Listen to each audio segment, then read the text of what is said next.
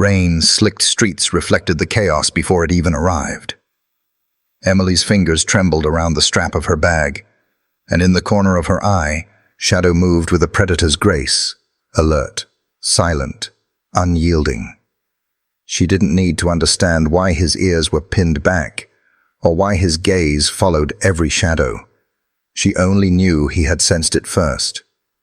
Minutes ago, the bikers had been nothing more than an annoying presence, until their circle tightened, engines growling, wheels slicing through puddles like knives. Emily froze, but Shadow's low, steady growl pulled her from panic into awareness. His body radiated focus, a warning that cut through the storm's roar. This was more than fear. It was instinct, honed over years of service and loyalty.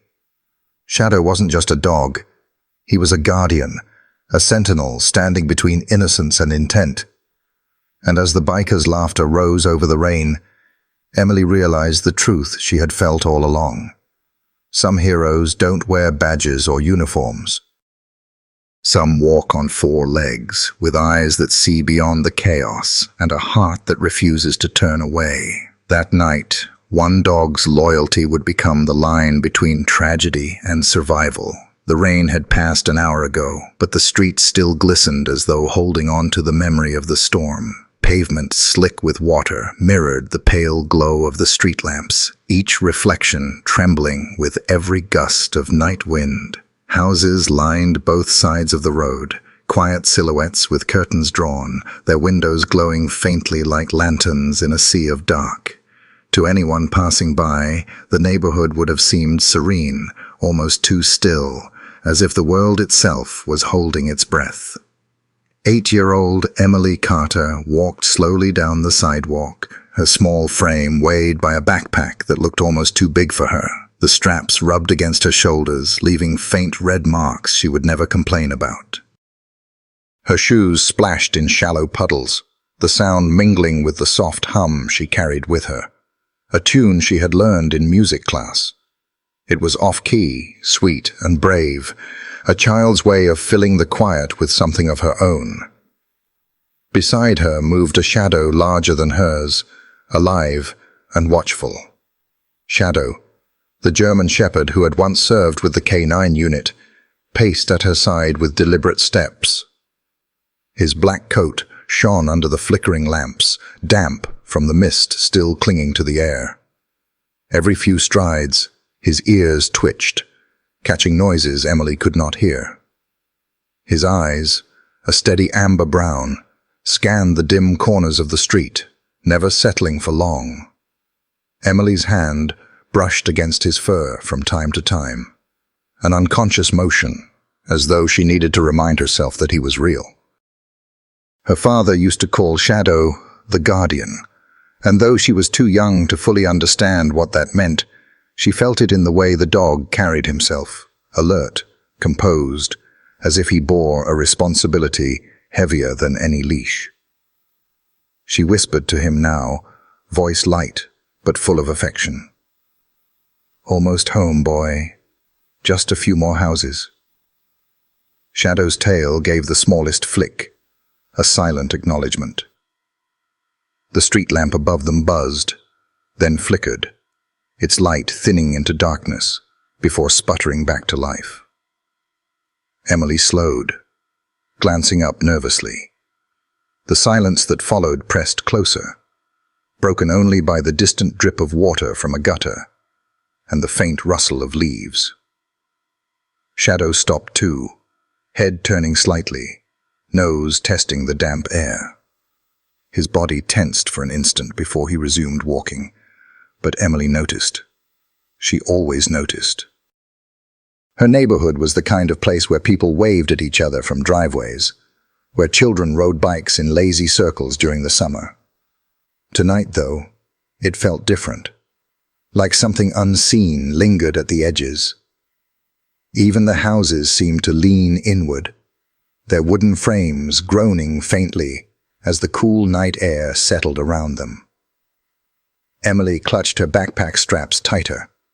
Her hum wavered, but did not stop. Shadow's steady gait beside her was a comfort, his paws pressing into the wet concrete without hesitation. They passed Mrs. Whitaker's house, the one with the rose bushes that always drooped after rain.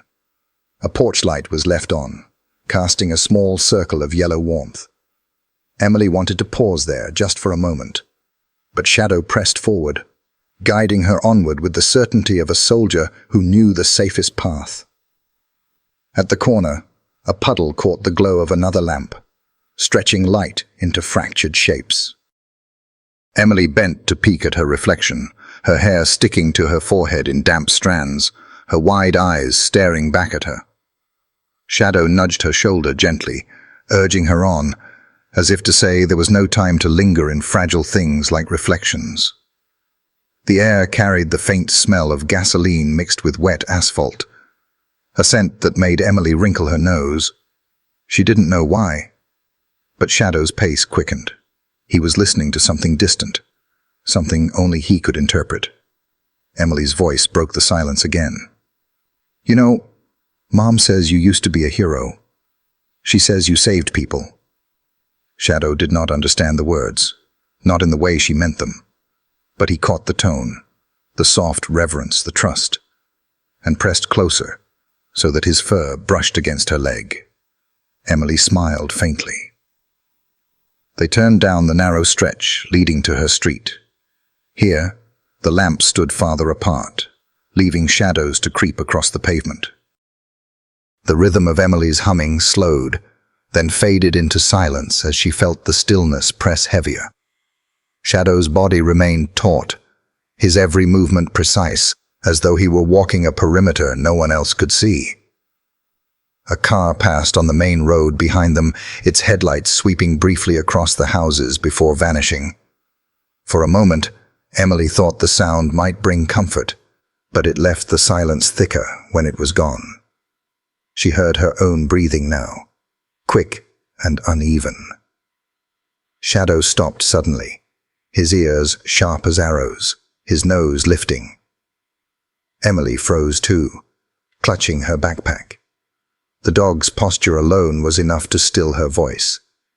His muscles rippled beneath his coat, a soldier's body honed by memory, even if he no longer wore the badge. After a beat, he moved again, but slower, deliberate. Emily took a shaky step forward. "Don't scare me, Shadow," she whispered, her words trembling into the dark. The dog glanced up at her with those deep, steady eyes. She felt the weight of them, a reassurance that said he had not been startled, only prepared. He had always been prepared. The houses here stood quiet, yet behind every drawn curtain, Emily imagined eyes watching, secrets waiting. She had no words for such feelings, only the child's instinct that something about tonight was not right. Shadow's presence was the only anchor she had. By the time they reached the halfway point of the block, Emily's hum returned, softer this time, almost a whisper of sound carried by the wind. It was not for herself anymore, but for Shadow, a fragile melody she hoped might soothe the weight he seemed to carry. And still, the rain-wet streets stretched ahead, gleaming under lamps that flickered like tired sentinels. The night was calm, yes, too calm. The kind of calm that waits before a storm. Emily did not know it yet, but the world around her was about to be broken open by noise and steel and laughter that was anything but kind. For now, she had only Shadow beside her, his steady steps, his warm breath, his silent promise in the dark. The quiet was shattered without warning. From the far end of the street, the low thunder of engines rolled closer, at first like distant storm clouds, and then, suddenly, like a tempest overhead. The growl deepened, multiplied, until it became a chorus of snarling machines. The hum Emily had been softly carrying died in her throat. Her small hand tightened instinctively around the strap of her backpack. Headlights burst into view, 6 of them, sharp beams cutting through the damp suburban night. The air filled with the stench of gasoline, exhaust smoke curling upward and clinging to the damp air like a poisonous fog. Tires spat water from shallow puddles, scattering droplets across the pavement as the motorcycles roared past the first houses on the block. Emily froze. Her breath hitched, chest rising and falling too quickly for such a small body. She had heard motorcycles before, weekend riders speeding along the highway, but never like this. Never in her neighborhood. Never this loud. Never this close. The laughter that followed pierced her deeper than the engines did. Harsh, mocking, jagged sounds of men reveling in their own power. Shadow reacted instantly. His body stiffened, muscles taut under his sleek black coat. His ears pricked forward, tail lifted, but stiff. A low rumble started in his chest, not yet released into the world but vibrating with restrained warning. He positioned himself closer to Emily, angling his body so that his frame pressed lightly against her leg, his presence a living shield. The gang slowed when they saw her. 6 riders spread out across the narrow street, like wolves that had found prey too small to matter and too tempting to ignore. Their engines dropped from roars to snarls, idling deep and menacing, circling their prey. One rider tilted his handlebars, cutting across the road to swing around behind her. The others fanned out, hemming her in. Emily's eyes went wide. She clutched Shadow's collar with trembling fingers. Her voice barely surfaced, a breath caught in her throat. "Shadow." The shepherd's growl broke free, low and guttural, echoing against the quiet houses that now seemed so far away. His lips peeled back slightly, teeth flashing pale in the broken light of the street lamps. The bikers only laughed louder. "Look at that mutt!" one shouted over the roar, his voice distorted by the helmet but full of mockery. Another leaned down, the front wheel of his motorcycle swerving dangerously close to Emily's sneakers. "Hey, little girl, that dog think he can save you?" His laugh was cruel, loud enough for the whole block to hear. Emily flinched, but she didn't move. Shadow pushed against her leg, firm and unyielding, commanding her in his silent language. "Stay still. Stay behind me." The riders circled tighter. Tires squealed as one revved too hard, his back wheel fishtailing slightly before catching grip. The sound stabbed through Emily's ears, rattling her chest. She could smell the acrid smoke, could feel the vibrations of the engines trembling through the soles of her shoes. Neighbors peeked through curtains but did not step outside. The fear of confrontation kept them in their homes, silent watchers behind glass. To Emily, it felt like she and Shadow stood alone in the middle of a world suddenly hostile. Shadow lowered his head, every inch of him radiating threat. His growl deepened, chest vibrating like a drum. When one biker leaned too close, Shadow lunged forward a single step, snapping his jaws with a sound like breaking wood. The rider jerked his leg up and swerved away with a curse, earning another round of laughter from his companions. "Easy, boy," one mocked, pulling his bike in a tight circle around them. His exhaust blew hot and acrid into Emily's face. She coughed, tears springing into her eyes, clutching Shadow's fur harder. The taunting grew louder.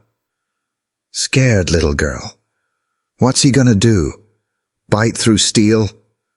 Emily wanted to scream, to call for her mother, for anyone, but her voice was locked inside her chest.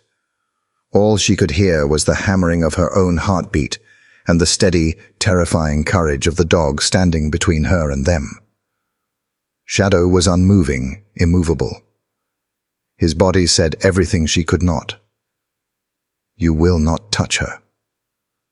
One of the bikers finally pushed further, his front tire almost brushing Shadow's paws. Shadow exploded forward, barking ferociously, a sound that cracked the night wide open. The sheer volume of it startled Emily, but it also filled her with a strange sense of safety.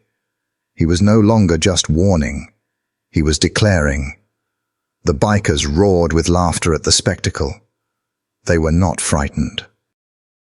They didn't see Shadow as a threat, only as entertainment. One rider slapped his handlebars, doubling over as if this were the funniest thing he had seen all night. The others revved louder, circling tighter, until the roar of engines and the barks of the shepherd collided into a chaos that swallowed the quiet street whole. Emily clung to Shadow, burying her face against his damp fur, whispering into his ear, though he could not hear her words over the din. "Please, don't leave me." And Shadow, as if understanding, pressed back against her, never giving ground, never turning his gaze from the circling predators. His body was trembling now, not from fear, but from the sheer force of his restraint, every muscle braced for the moment when he might have to fight. The street was no longer quiet. It was a cage, and inside it stood a child and her dog, small but unbroken, while the predators laughed outside, blind to the tragedy they were setting into motion. The air was thick with smoke, the night heavy with menace. Somewhere at the edge of it, fate had already shifted, waiting only for the inevitable moment when arrogance would meet consequence. The laughter rang harsh and hollow, ricocheting off the damp houses that lined the street. The bikers reveled in the tension, circling Emily and Shadow like predators that believed the kill already belonged to them. But the shepherd was no trembling mutt, and Emily was not as alone as she looked. Shadow suddenly stopped pacing. His paws pressed firmly into the slick pavement, claws scratching faintly against the concrete. He planted himself squarely in front of Emily, his body lowering into a stance bred from years of training, from instincts carved into his bones. His head dropped, teeth bared, lips curled back until the night caught the white glint of his canines. The growl that spilled from him now was no longer a restrained warning, but a rolling thunder, steady and unbroken. Emily felt the vibration travel through his body into her small hands, which clung tightly to the thick fur around his collar. Her knuckles whitened, eyes wide and shimmering under the trembling glow of the street lamps. She was shaking, not just from fear of the riders, but from the raw, primal power in the dog she thought she knew so well. "Whoa, whoa!" one biker jeered, leaning his head back with mocking exaggeration. "Look at him! I think he's some kind of hero." Another rider cut a closer circle, his back tire spitting water that splashed against Emily's shoes. "Better hold him tight, sweetheart," he sneered, "or he might get himself killed." The men laughed louder, the engines beneath them growling in sync with Shadow's own. The contrast was surreal. Machines against muscle, arrogance against instinct. Emily pressed closer into Shadow's flank, her cheek against his damp coat, whispering words only he could feel. "Please, don't let them hurt me. Please." Shadow's ears flicked at her voice, but his gaze never wavered. His eyes locked on the riders, sharp, focused, unblinking. To him, every twitch of their handlebars, every lean of their bodies was a calculation, a threat waiting to strike. He was ready, not because he wanted to fight, but because he had been trained never to yield. The street lamp above them sputtered, casting the world in momentary shadow. In that flicker of darkness, Emily felt as if time had paused. Her small frame pressed against the immovable wall of her protector. The circle of predators closing. The night itself holding its breath. When the light snapped back on, Shadow's growl surged louder, shaking the silence apart. One rider dared a little more. He leaned low, stretching his arm out as if to touch Emily's hair, the gesture casual and cruel. Before his gloved fingers could brush her, Shadow lunged forward with explosive force, the leash snapping taut in Emily's grip. His bark thundered, teeth snapping inches from the biker's leg. The rider jerked back with a curse, nearly losing his balance before recovering and swinging wide. The others howled with laughter, treating the near bite like a circus trick instead of the warning it was. Emily gasped, nearly pulled off her feet when Shadow lunged. She tightened her grip, burying her face against his neck, her tears mixing with the rain still clinging to his fur. "Shadow, no, please," she whispered, though somewhere deep inside, she knew he was right to stand his ground. The shepherd bristled, his coat standing in rigid peaks along his spine. The muscles in his shoulders quivered with energy, restrained only by the child's small hands. His eyes, dark and gleaming, tracked each rider like a soldier watching enemies in the field. But the bikers brushed it off. To them, this was a game. They shouted insults, revved their engines louder, spewing smoke and gasoline into the air until it was thick enough to sting Emily's throat. Her coughs were swallowed by the roar, unnoticed by the men who delighted in their own chaos. Shadow barked again, 3 sharp bursts that cracked through the night. The sound bounced off windows, rattling the nerves of the neighbors who still watched from behind curtains but dared not intervene. Somewhere, a dog barked in answer, and then another, until the neighborhood seemed to shudder awake at the shepherd's cry. Still, the riders only grinned behind their visors. "That all you got, dog?" one taunted. "Come on. Let's see if you're as tough as you sound." Emily could feel it now, the inevitability of something breaking. The laughter, the growls, the engines. It was too much noise for such a quiet street. Something in her chest told her this couldn't last. The world was balancing on a thin thread, and when it snapped, everything would change. Her small fingers dug into Shadow's collar until her nails pressed into her palms. She wished desperately that her father was here, that her mother would step out of their house just around the corner, that someone, anyone, would stop this. But the only one standing between her and the storm was Shadow, and he was not moving. The bikers began another tight circle, engines spitting, laughter growing. Shadow tracked them, step for step, his body swaying to shield Emily at every angle. He was one dog, and they were many, but his stance declared a truth even a child could understand. "If you want her, you'll have to go through me." For a brief moment, the lead rider slowed, his helmet turning just enough for Emily to see her own reflection in the glossy visor. Her pale, frightened face looked back at her, dwarfed by the black helmet and the dark roar behind it. Shadow snarled, snapping her out of the trance, pulling her back into the safety of his fur. The laughter rolled again, but this time there was a sharpness beneath it, an edge of recklessness. The riders were playing, yes, but the game was turning dangerous. Their taunts had gone unanswered too long, and pride demanded escalation. Emily didn't know what that meant. She only knew the heaviness in her chest, the way her stomach knotted, the way the night air tasted wrong. She buried her face in Shadow's coat once more, tears wetting his fur. Shadow stood firm. His body trembled, his growl unending, his gaze locked on the enemy. He had given his warning. And though the bikers dismissed it, the night itself seemed to listen. The storm had not yet broken, but its weight pressed down on the quiet street. And when it did, the world would remember this moment.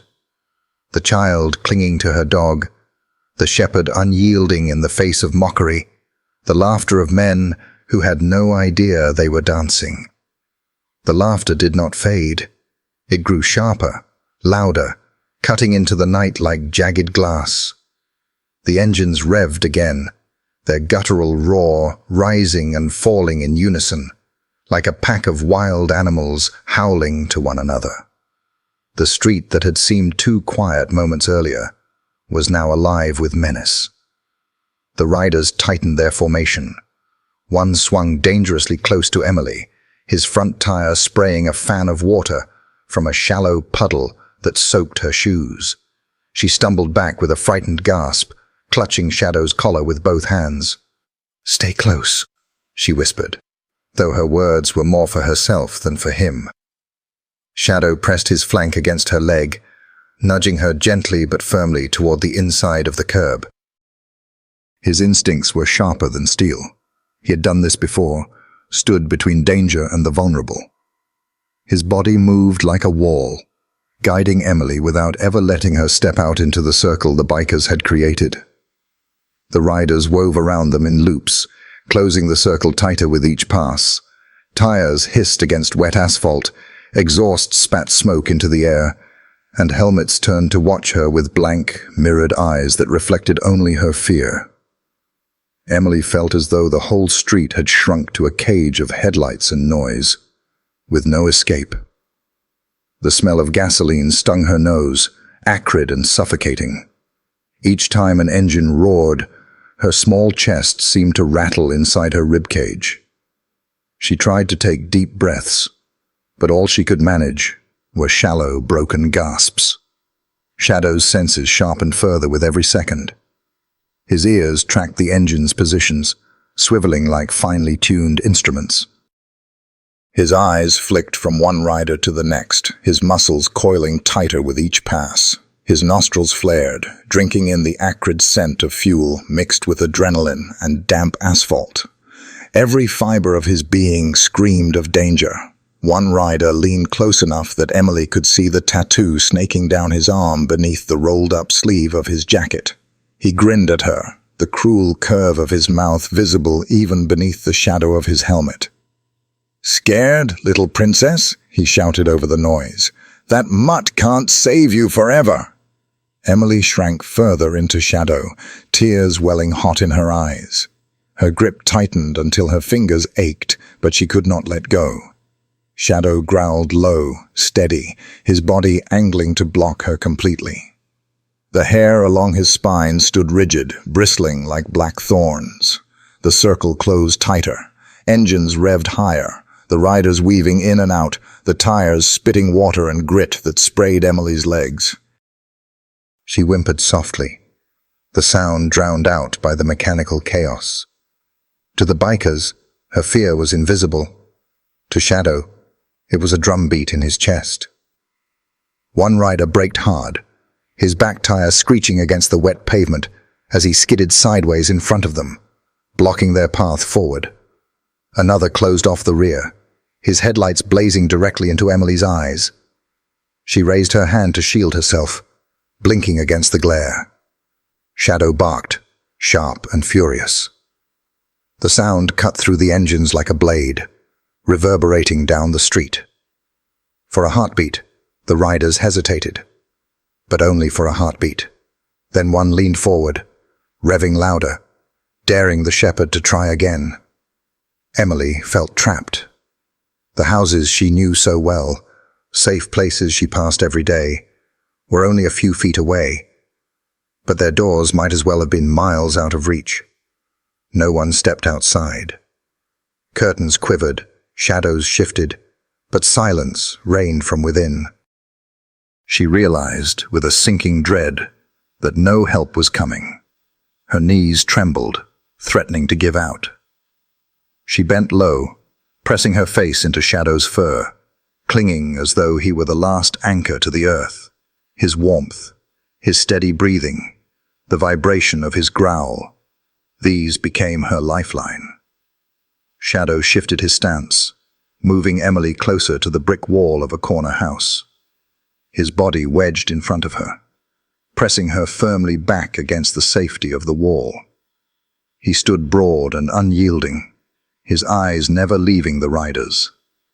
Every sense in him screamed with tension. The smell of their sweat reached him now, pungent beneath the fumes of fuel. The tremor of their engines vibrated through the pavement into his pores. His ears picked up the subtle changes in tone whenever one rider swerved closer, whenever another pulled wide. He calculated every move, every risk. He was a soldier again, alone, outnumbered, but unbroken. The bikers circled tighter, their laughter mixing with the roar of engines until it sounded like madness.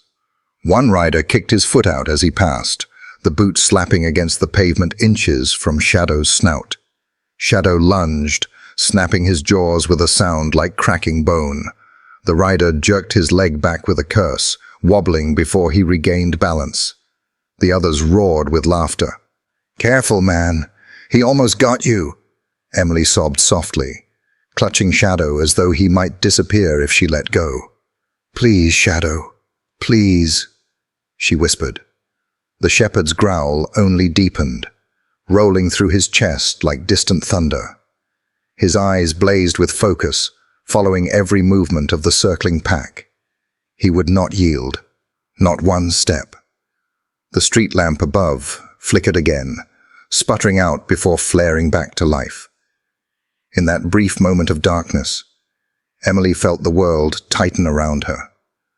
A vice of noise and heat and fear. When the light returned, Shadow stood tall, his silhouette stark against the trembling glow, the embodiment of defiance. The riders drew in close again, weaving tighter, the engines reaching a fever pitch. Emily's ears rang from the noise, her small body trembling with exhaustion and fear. She could feel the pressure building, the moment stretching thin, ready to snap. And Shadow knew it too. His body quivered, not from weakness, but from the sheer strain of restraint. He could hold the line, but for how long? The game had gone too far. It was no longer a game, and somewhere deep inside, Emily sensed it. This was only the beginning. The riders had grown careless in their arrogance. Their circles tightened, engines howling louder, tires screeching as they wove in close to the child and her dog. The night was no longer just a street in a quiet neighborhood. It had become a stage, lit by flickering lamps, where recklessness and innocence collided.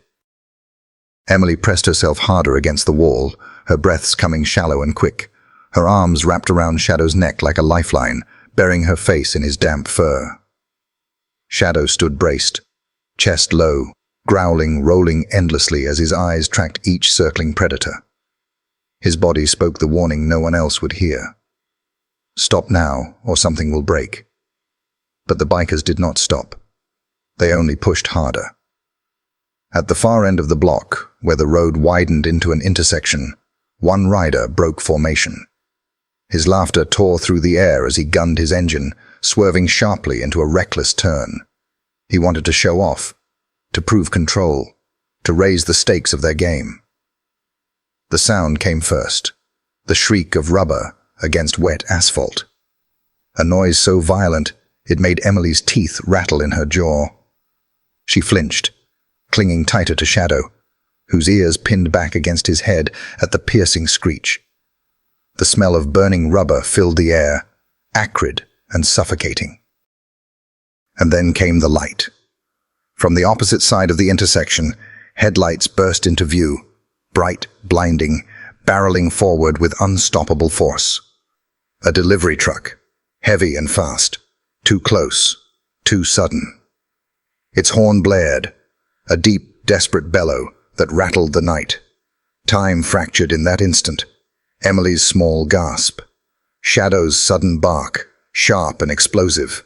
The biker's laughter cut short into curses. The driver's frantic attempt to brake, tires screaming, the truck skidding but carrying too much momentum. The rider, mid-turn, realized too late. His back wheel fishtailed wildly, spinning across the slick pavement. For a heartbeat, his silhouette was caught perfectly in the truck's glare. Arms flailing, helmet glinting, engine roaring in panic. And then the impact. The collision slammed into the night with a sound that seemed to tear the air apart.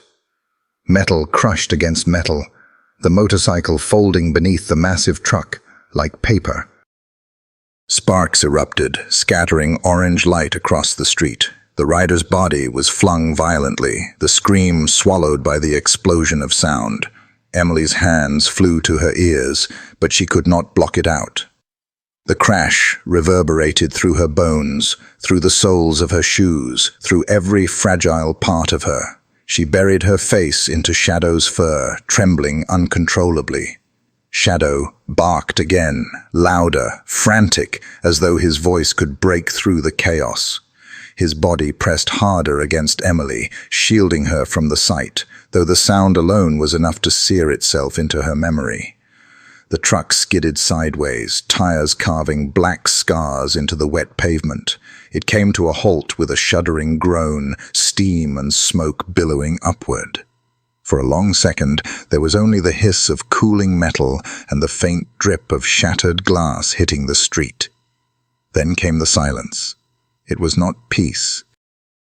It was the stunned, suffocating silence of people who had witnessed something they could not yet process. The other bikers had cut their engines, their laughter gone. Helmets turned toward the wreck, frozen in disbelief. One rider dismounted, stumbling backward, hands shaking as he yanked off his helmet to reveal wide, horrified eyes. Neighbors who had been peering from windows now flung open curtains, their gasps audible across the block. A woman stepped onto her porch, hand covering her mouth, her body trembling. A man dropped his cigarette, crushing it beneath his shoe without looking down, his gaze locked on the twisted wreckage at the intersection. Emily dared to lift her face, her eyes wet with tears. What she saw seared itself into her forever. The mangled motorcycle half crushed beneath the truck, shards of plastic and metal scattered across the asphalt like broken bones. The rider's helmet lay yards away, cracked and useless. A motionless body sprawled across the road, illuminated starkly by the truck's headlights. Her stomach turned. She pressed her face back into Shadow, whispering, "Don't look, don't look." But she was not sure if she was speaking to him or to herself. The driver of the truck stumbled out, pale, shaking, shouting words that dissolved into the night.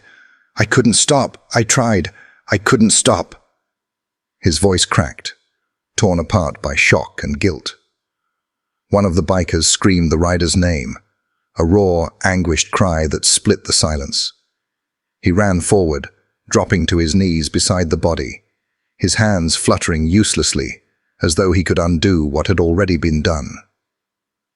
Emily sobbed, the sound muffled against Shadow's coat. Her small shoulders shook violently. Shadow stood rigid, his growl replaced by a low whine, his head turning sharply to track every movement, the bikers rushing to their fallen comrade, the neighbors stepping cautiously out of their houses, the driver slumping against the side of his truck. The air smelled of oil and iron, smoke and blood. Emily clung tighter.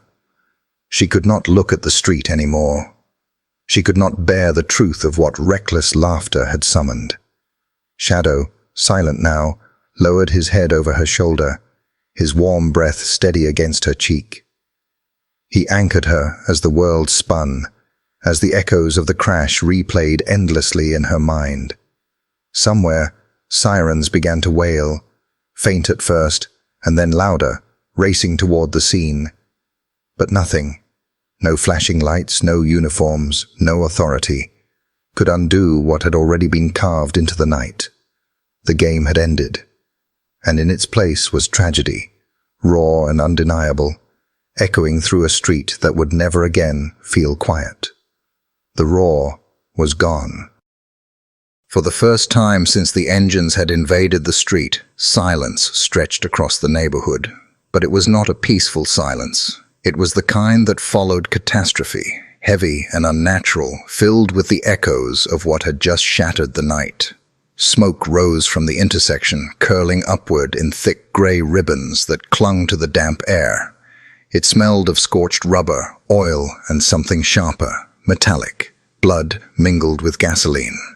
The motorcycle lay twisted beneath the halted truck, its frame bent in grotesque angles that no machine was meant to hold. Steam hissed from the hood of the truck, a sound that broke the stillness with a slow, sinister rhythm. Emily clung to Shadow, her small arms wrapped desperately around his neck. Her body shook with sobs that tore through her chest, uneven and breathless. She couldn't control the sounds coming out of her, gasping cries that rose and fell like waves crashing against rocks. Her tears soaked into Shadow's fur, her cheek pressed against his warmth, as though he were the only thing anchoring her to the earth. Shadow stood steady beneath her grip. The growls were gone now, replaced by something softer, a low whine that rumbled in his chest each time she sobbed.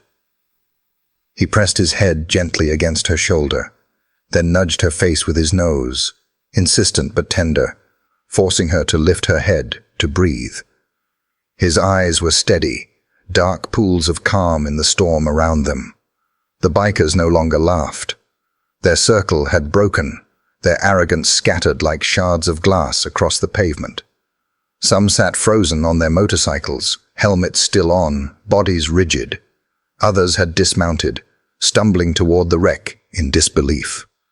One knelt in the middle of the road, hands trembling as he reached for the broken body of his fallen comrade.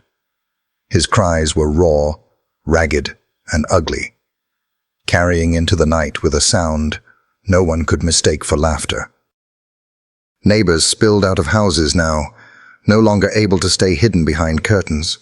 Porch lights flicked on, one by one, illuminating faces pale with shock. A man ran forward with his phone pressed to his ear, shouting into the receiver for an ambulance. A woman in a robe clutched her child against her hip, covering the child's eyes as she hurried back inside. Others gathered at the edges, hesitant, murmuring in disbelief as they stared at the crumpled wreckage. The driver of the truck leaned against his vehicle, face ghost white, hands shaking uncontrollably. His mouth opened and closed, but no words came, only a desperate sound that was half sob, half moan. He kept repeating the same phrase, over and over. I couldn't stop. I tried. I couldn't stop. Emily heard it faintly, but the words didn't fully register. Her world had shrunk to the steady rise and fall of Shadow's chest, to the warmth of his fur against her damp cheeks, to the solid presence of him standing between her and the horror in the road. Each time her sobs grew harsher, Shadow nudged her again, insistent that she stay tethered to him instead of drowning in the chaos. The silence was not absolute. It was filled with the sounds of aftermath, the hiss of the truck, the occasional clatter of a broken piece of metal shifting on the road, the distant murmur of horrified voices. But compared to the deafening roar of engines and laughter from minutes earlier, it felt unbearable, almost suffocating. Emily dared to look up once, just once. She saw the biker's helmet, lying cracked and useless in the middle of the road, its visor shattered like glass eyes staring blindly at the sky.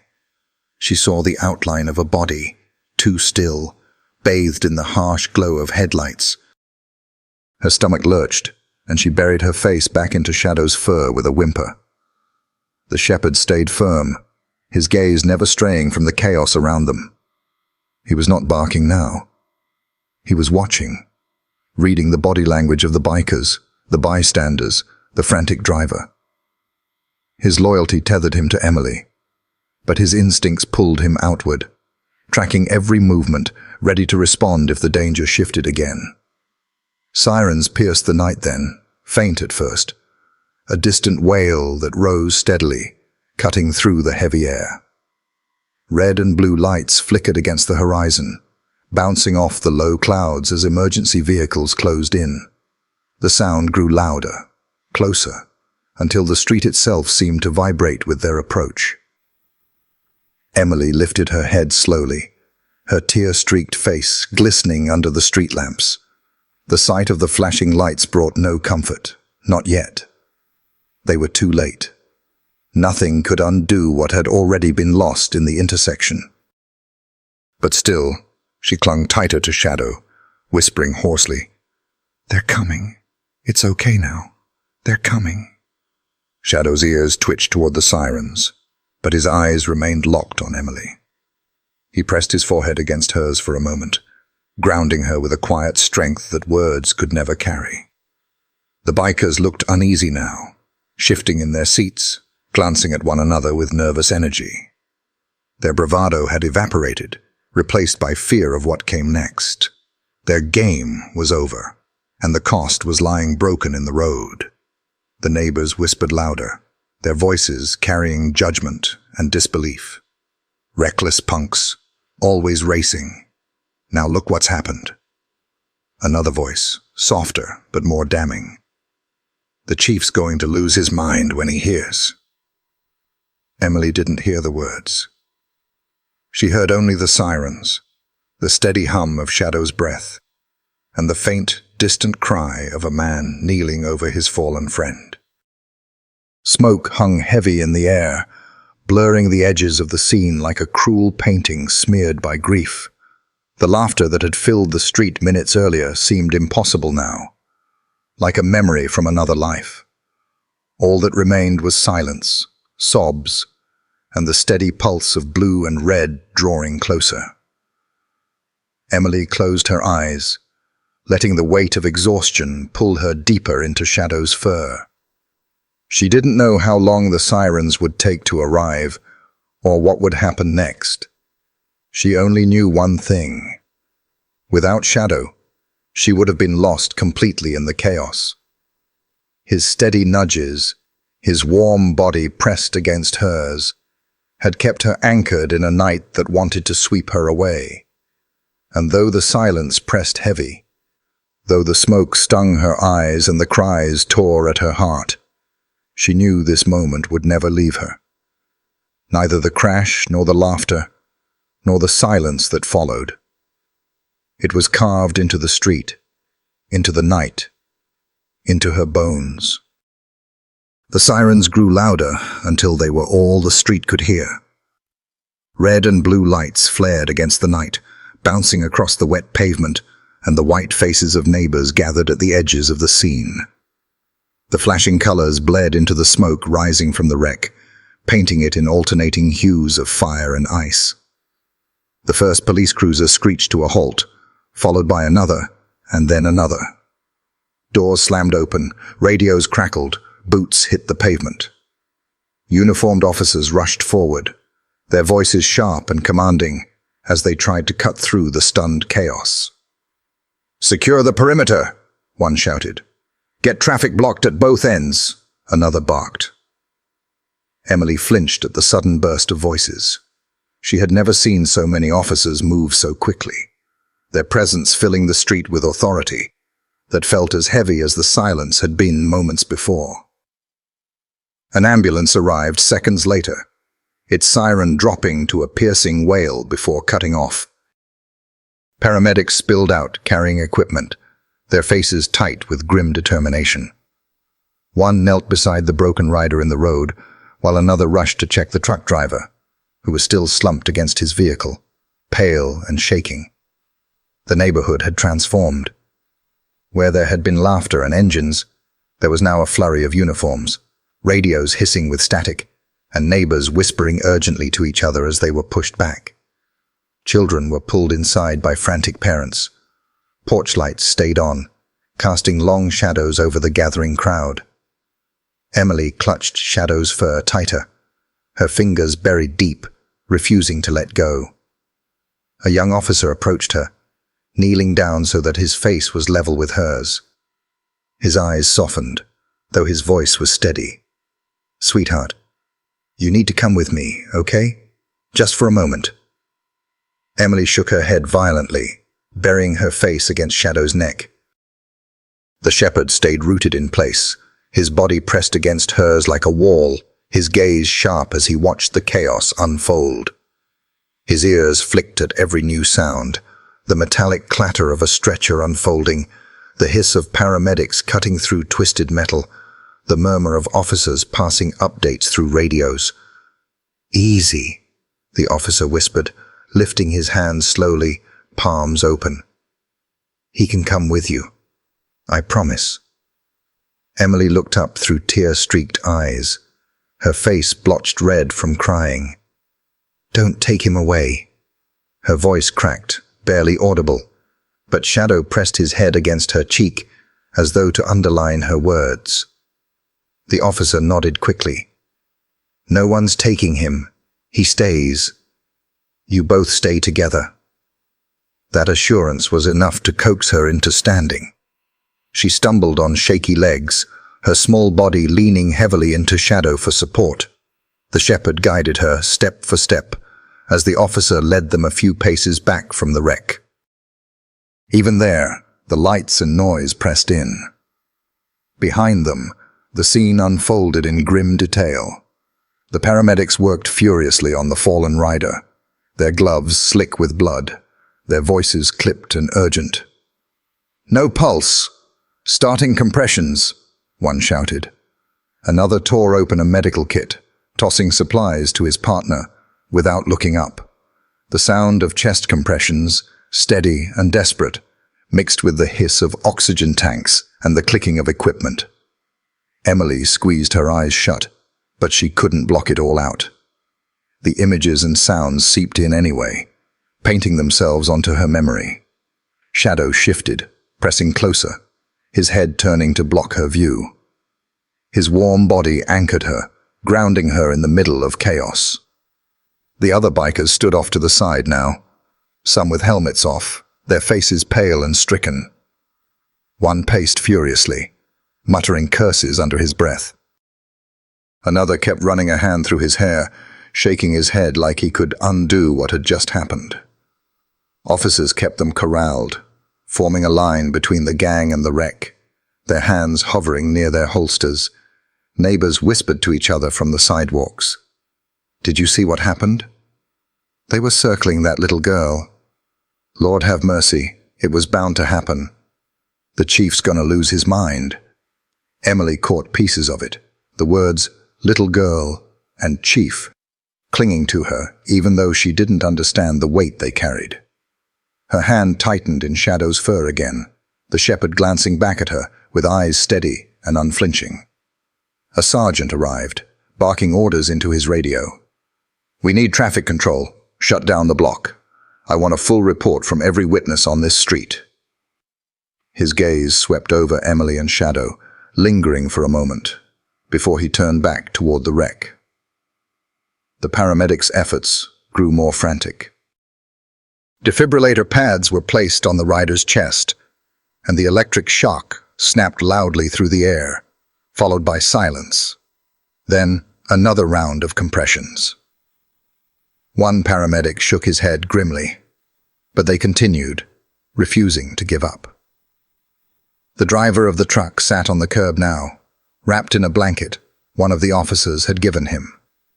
His eyes were vacant, his lips trembling as he repeated his words like a broken record. "I couldn't stop. I couldn't stop." An officer crouched beside him, taking notes, but his face showed pity more than suspicion. Emily wanted to close her eyes again, to shut it all out, but she couldn't. She could feel the weight of the scene pressing in, heavier than her small shoulders could bear. She whispered into Shadow's fur, her voice a cracked thread of sound. "Make it stop, please. Make it stop." Shadow responded by nudging her chin upward with his nose, forcing her to lift her head. His eyes met hers, and in them she found the only steadiness left in the night. His presence told her what her heart could not believe yet. "You're not alone. Not now. Not ever." The sirens had stopped, but the radios filled the void, chattering with clipped codes and numbers Emily didn't understand.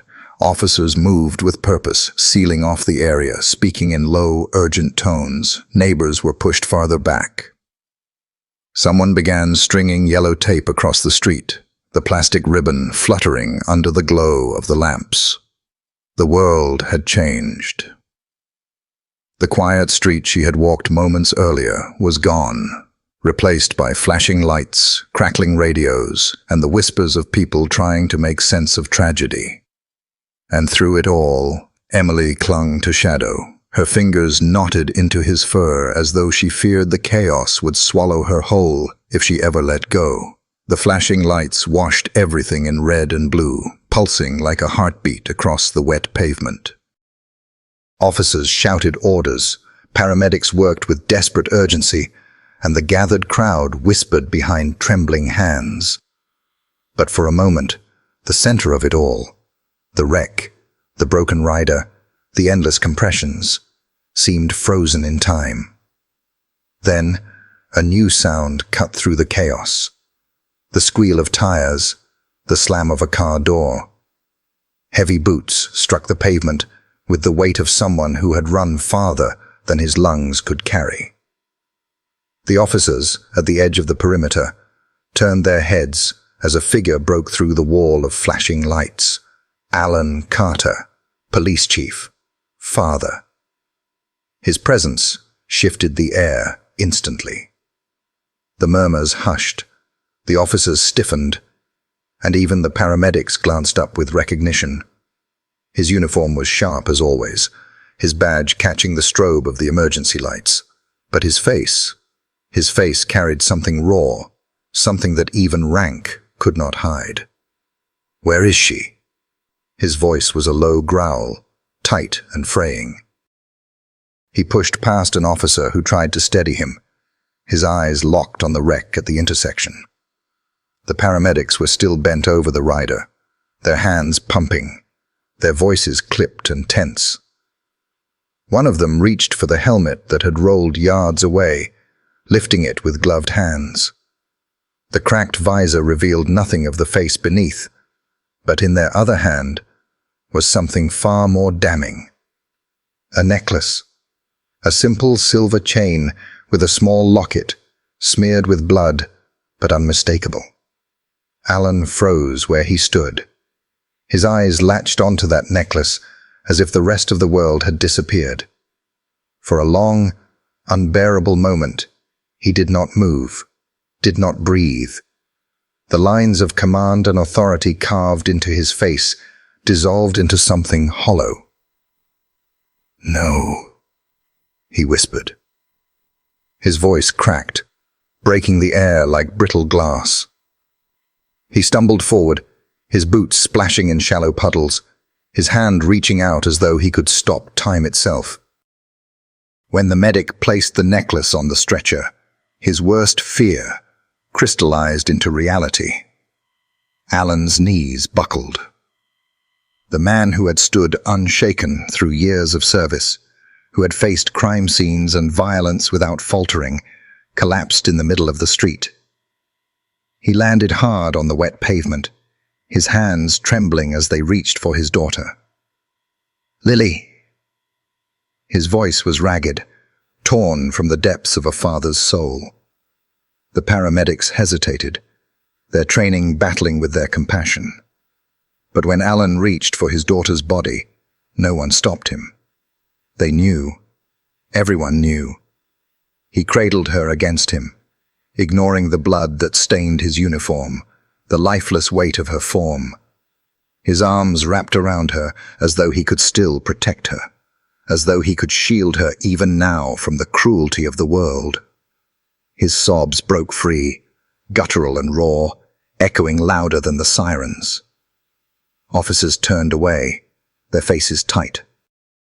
Neighbors held each other on the sidewalks, some weeping quietly. Even the bikers, pale and shaken, stood silent, their bravado gone, their arrogance drowned beneath the weight of what had just unfolded.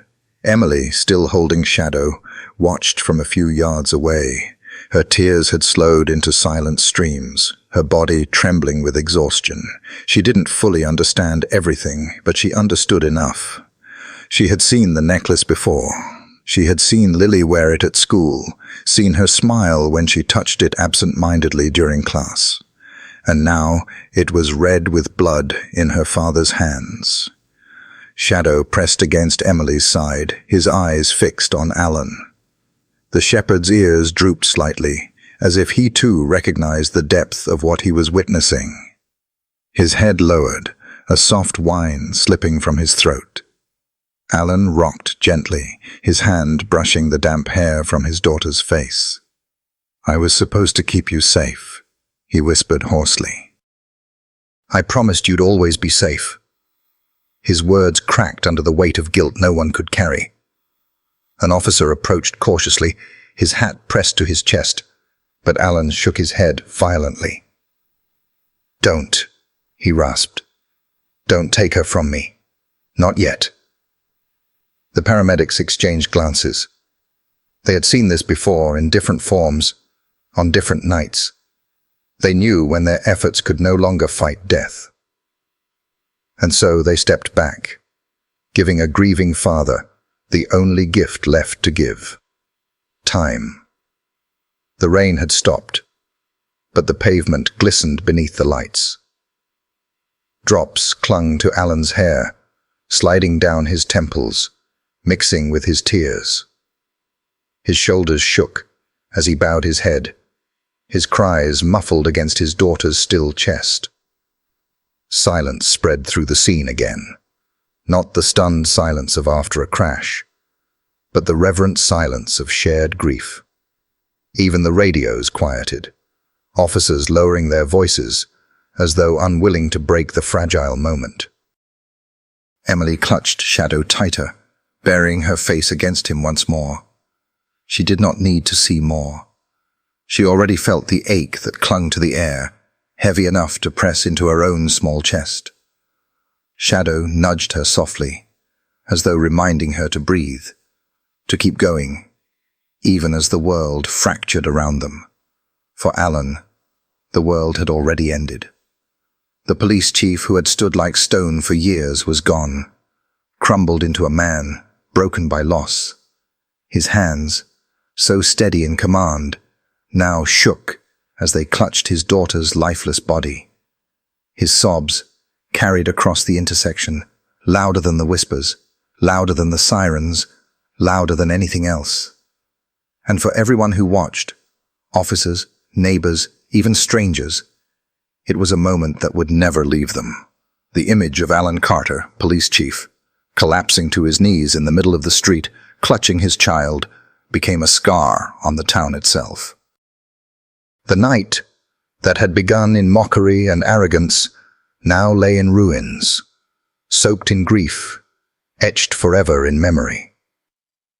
The night pressed in heavy, though the sirens had faded into background noise. Red and blue lights still pulsed across the pavement, casting everything in restless color. But for the men and women in uniform who gathered around, the center of the scene was not the wreckage, not the broken body. It was their chief, crumpled on the wet street, clutching his daughter in arms that had never seemed so fragile. Alan Carter was a man known for his composure. For 20 years, his voice had steadied panicked rookies. His presence had calmed riots. His judgment had carried weight in every courtroom. To see him now, knees bent on slick asphalt, head bowed over his daughter's lifeless form, was to witness something that felt almost unbearable. The officers stood at a distance at first, giving him space. Radios crackled with updates no one wanted to hear. Commands that should have come from him now passed haltingly between sergeants, uncertain, fractured. Their eyes, one by one, turned toward him, waiting for strength that did not come. Alan lifted his head once, and in the flashing lights, his face looked hollow, the lines of leadership stripped away until only a grieving father remained. His lips parted as though he might speak, might give an order, but nothing came, only silence. His throat worked, his chest trembled, and then his gaze dropped again to the girl in his arms. "Chief," one officer whispered, stepping forward, hat pressed against his chest. His voice faltered. He wanted to offer something, comfort, respect, a reminder of duty, but the words collapsed in his mouth. Because what could anyone say? Another officer, younger, shifted uneasily, her eyes wet. "Sir, we—" But she too stopped when Alan's shoulders shook, when his breath hitched, like a man drowning on dry land. The authority they knew was gone, consumed by grief, too raw for protocol. And so they stood around him, their silence heavy, their respect unspoken. The night air buzzed with the hum of squad cars, the hiss of steam from the wreck, the faint sobs of neighbors. But inside the circle of officers, there was only quiet. A few steps away, Emily sat, huddled against Shadow. Her small hand clutched the shepherd's thick fur, her face pressed into his warmth. She had cried until no sound was left, only silent tears streaking her cheeks. Shadow did not move. He sat anchored to the ground, his body steady, his ears angled forward, his brown eyes fixed on Alan. There was no bark now, no growl, only watching, witnessing. The shepherd tilted his head slightly, the faintest whine slipping from his throat, not loud enough to break the silence, only enough to carry across the space between them. His gaze seemed endless, as if he alone could hold what others could not bear to face. He did not look away from Alan, not when the officers turned their faces, not when neighbors whispered, not even when Emily tugged softly at his fur.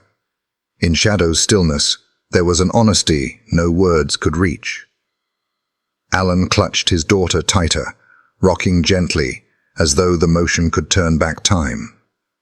His tears fell unchecked, sliding down his cheeks, dropping onto her hair. His breath came in shudders, uneven, each inhale a battle. Around him, officers shifted, uncomfortable with their helplessness. They had seen their chief lead through storms, through crises that would have broken lesser men. But here, in the face of a father's loss, he was unreachable. One officer finally knelt, placing a steady hand on Alan's shoulder. "We've got it from here, sir," he said softly. His voice wavered, but his intent was clear. They would take care of the scene, of the evidence, of the bikers now corralled under watchful eyes. They would do their jobs, even if their leader could not. Alan did not answer. His body shook once, twice, then stilled again. His silence was its own kind of order, an admission that he had nothing left to give. The paramedics, standing nearby, exchanged looks heavy with pity. They had seen tragedy before. But this was different. This was not just a body on the road. This was a daughter in her father's arms. This was a chief, undone. Emily peeked up then, her eyes swollen, her face pale. She saw Alan, saw the man who was supposed to be unbreakable, folded in grief. And in her child's heart, something ached with recognition. She knew what it was to cling to Shadow when the world was too big, too cruel. And now she saw that even grown men, even chiefs, needed someone to hold them up. She whispered into Shadow's fur, her words broken but sure. "Don't let him be alone." Shadow shifted, his gaze unblinking. He rose slowly, paws pressing into the wet pavement, and padded forward. Emily let go reluctantly, but her trust in him was absolute. The shepherd stopped just at the edge of the circle of officers. None blocked him. They parted instinctively, their respect extending even to him. He walked with calm, deliberate steps until he sat again, this time only a few feet from Alan. His presence was not intrusive. He did not push forward. He only sat, steady, his eyes deep and unflinching, as though to say, "I see you. I bear this with you." Alan lifted his head, tears streaking his face. His gaze landed on Shadow. For a moment, he seemed to see not just a dog, but a witness. Someone who had been there, who had known, who carried a truth deeper than any words could hold. The chief's lips trembled, his shoulders sagged, and though he said nothing, the air shifted. Because in that silent exchange, every officer, every neighbor, every paramedic understood. Grief had no rank, and tonight, their leader was not a chief. He was only a father, broken in uniform. And Shadow, sitting in the rain-soaked street, his brown eyes unwavering, became the quiet companion to that grief, holding it when no one else could. The intersection was no longer just a crash site. It was a stage for conflicting truths. Yellow tape fluttered in the damp night air, stretched across the road to keep neighbors at bay. Officers moved with practiced urgency, placing evidence markers beside shattered glass, bent metal, and a helmet split like an empty shell. Radios murmured in clipped codes. Flashlights swept over wet pavement, catching black arcs of rubber carved into the street. Detectives arrived not long after paramedics confirmed what everyone already knew. Their unmarked sedan rolled in quietly, headlights slicing through the crowd before stopping just beyond the tape. Two plainclothes figures stepped out. Detective Henry Shaw, tall and sharp-eyed, and his partner, Detective Laura McKenna, whose calm voice carried weight even in chaos. They moved through the scene like veterans of tragedy.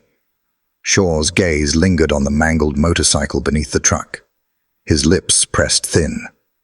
"Looks like loss of control," he muttered, as though saying it aloud might close the case. McKenna crouched by the skid marks, fingers hovering just above the black streaks. "Wet pavement. Too much speed. Nothing unusual," she said, but unease flickered in her eyes. On the curb, the bikers wasted no time seizing that narrative. Helmets off, faces pale, they spoke in quick, shaky bursts. "He just turned wrong," one stammered. "The road was slick." Another nodded furiously. "It was just bad luck, man. Nobody meant for it." Their words spilled too smoothly, like lines agreed upon in advance. Neighbors were less convinced. From behind the tape, whispers rose. "I saw them circling that poor girl, revving, laughing like it was a game." Still, speculation wasn't evidence. Shaw brushed rain from his coat. "We'll need statements.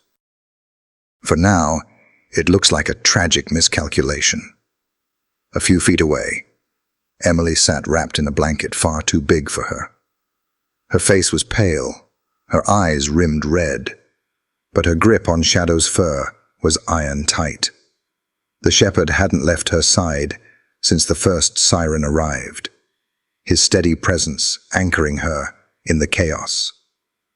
McKenna approached gently, crouching so she wouldn't tower over the child.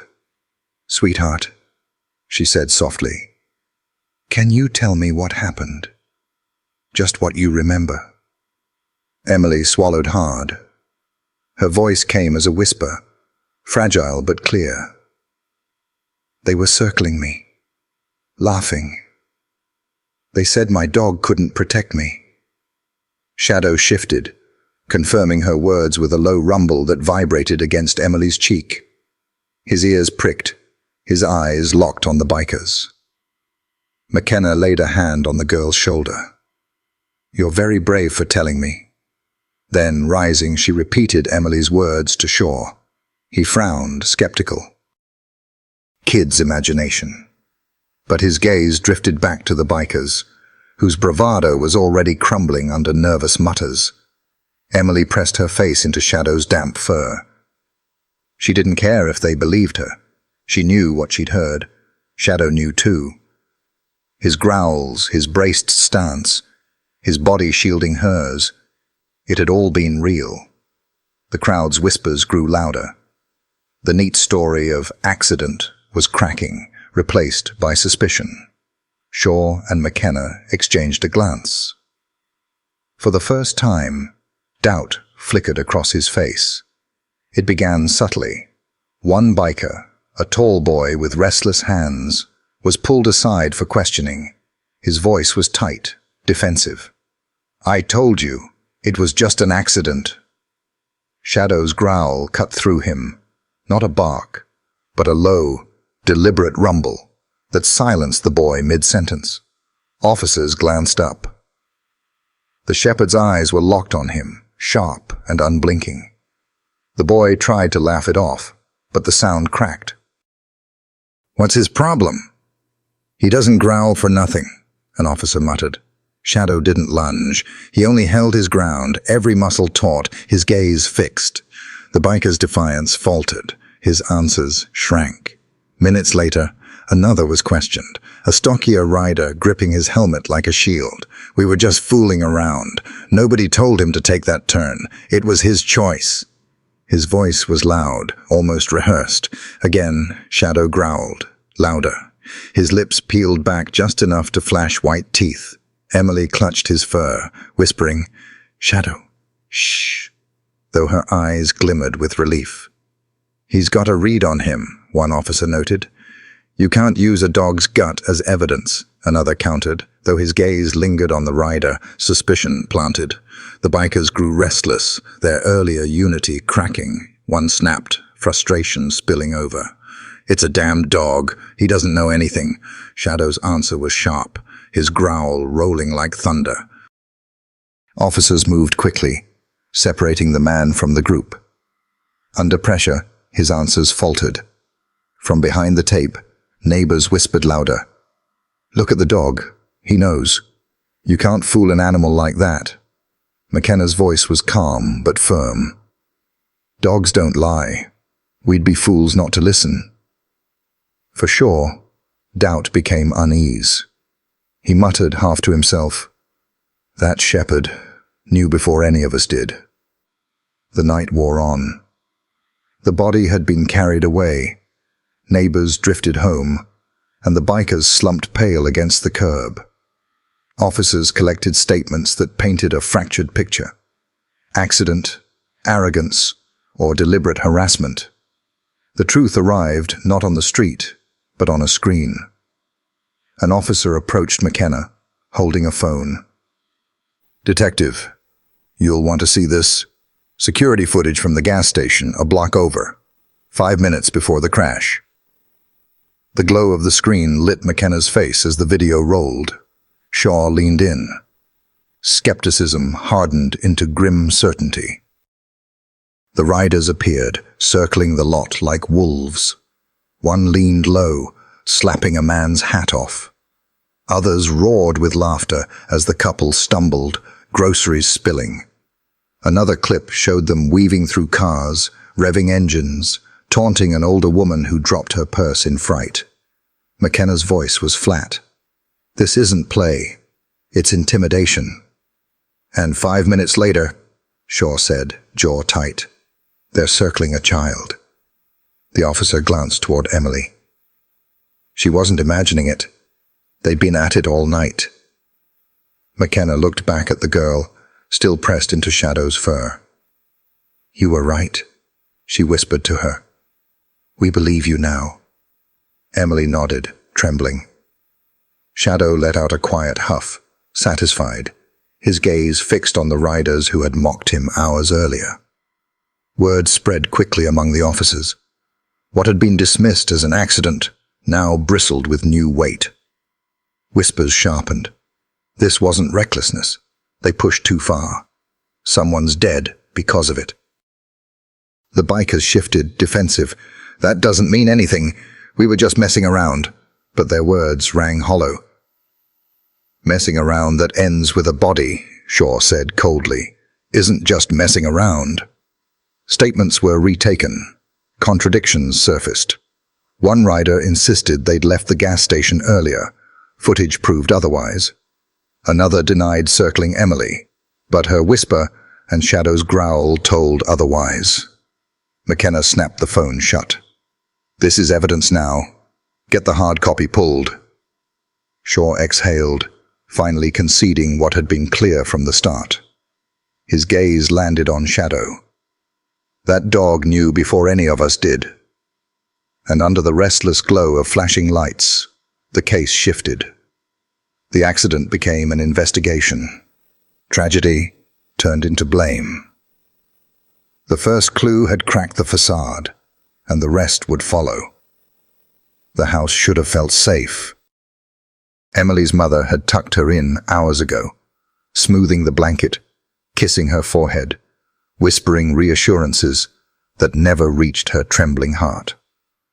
The nightlight glowed faintly in the corner, curtains drawn, but no glow could erase what Emily carried inside. Every time she closed her eyes, the roar came back. Engines splitting the night, tires shrieking across wet pavement, cruel laughter ringing like glass breaking in the dark. Then the crash, metal against metal, brakes too late, silence heavier than sound. She jolted awake, heart racing, breath shallow. The posters on her wall, the shelf of toys, all blurred into strangeness, swallowed by terror. She whimpered, clutching the blanket as though it might hold her together. And then she felt him. Shadow was there. He had not left her side since that night. Curled near the bed, his dark coat almost invisible, his amber eyes glowed steady in the dim light. He lifted his head as she stirred, ears pricking. "Shadow," she whispered, reaching down with trembling fingers. His fur was warm beneath her hand, real, alive, grounding in a way no blanket could be. The shepherd rose and climbed onto the bed, without hesitation.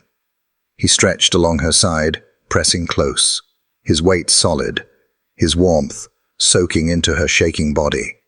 His head rested on the pillow beside hers, his breath a steady rhythm she could lean into. Emily buried her face in his neck. His coat still carried the faint smell of rain, mixed with that deeper, earthy scent that was his alone.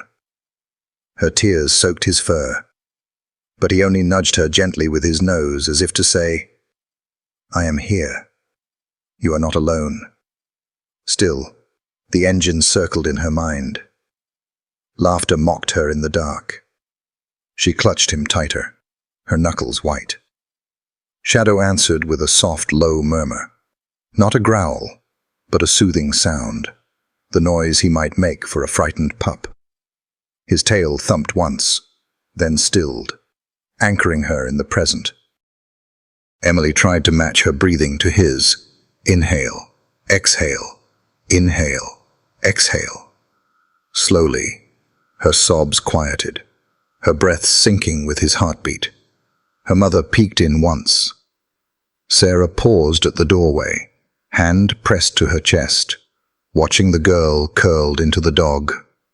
She wanted to smooth Emily's hair, whisper comfort. But she saw the fragile peace in that bond and left them undisturbed, closing the door softly. Minutes stretched. Each time a car passed outside, Emily stiffened. Each time, Shadow lifted his head, ears twitching, gaze fixed until he was sure there was no threat. Only then did he settle again. At last, exhaustion claimed her. Her grip loosened, her breath evened, her eyelids fluttered closed. Sleep came, uneasy but real, carried on the steady rise and fall of Shadow's chest. But Shadow did not sleep. His eyes glinted in the nightlight's glow, fixed on the door, the window, the shifting corners of the room. He had heard the engines. He had felt the malice in the laughter. He knew the world was not safe. His duty was simple: guard the child. In her own room, Sarah Carter sat at the edge of her bed, hands clenched in her lap, staring at the window. The hum of the refrigerator, the ticking clock, the faint rustle of sheets from Emily's room, these were the only sounds. But beneath them, silence pressed heavy, filled with everything she could not say. Her daughter slept now only because a shepherd had wrapped himself around her like a wall. Sarah had stood long enough in the doorway to see the way Emily's fingers clutched his fur, the way her breathing fell into rhythm with his. Sarah had wanted to tell her she was safe, but the word safe caught in her throat. She could not promise it anymore. Her eyes drifted to a photo on the dresser. 3 children laughing in the backyard one summer afternoon. Emily, little Lily Carter, and a neighbor's girl. Sticky hands from melted popsicles, hair tangled by wind, joy frozen in time. Sarah's chest ached. Lily had been like a sister to Emily. Their houses were only blocks apart, their afternoons inseparable. When Sarah's husband died years ago, it was Lily who often drew Emily back into laughter, pulling her from the shadow of grief. Now, Lily is gone. Sarah closed her eyes, tears pressing hot behind them. She saw Alan, her late husband's closest friend, on his knees in the street, clutching his daughter's body. His sobs had carried through flashing lights. The memory hollowed her. She rose, moving quietly down the hall. At Emily's doorway she stopped.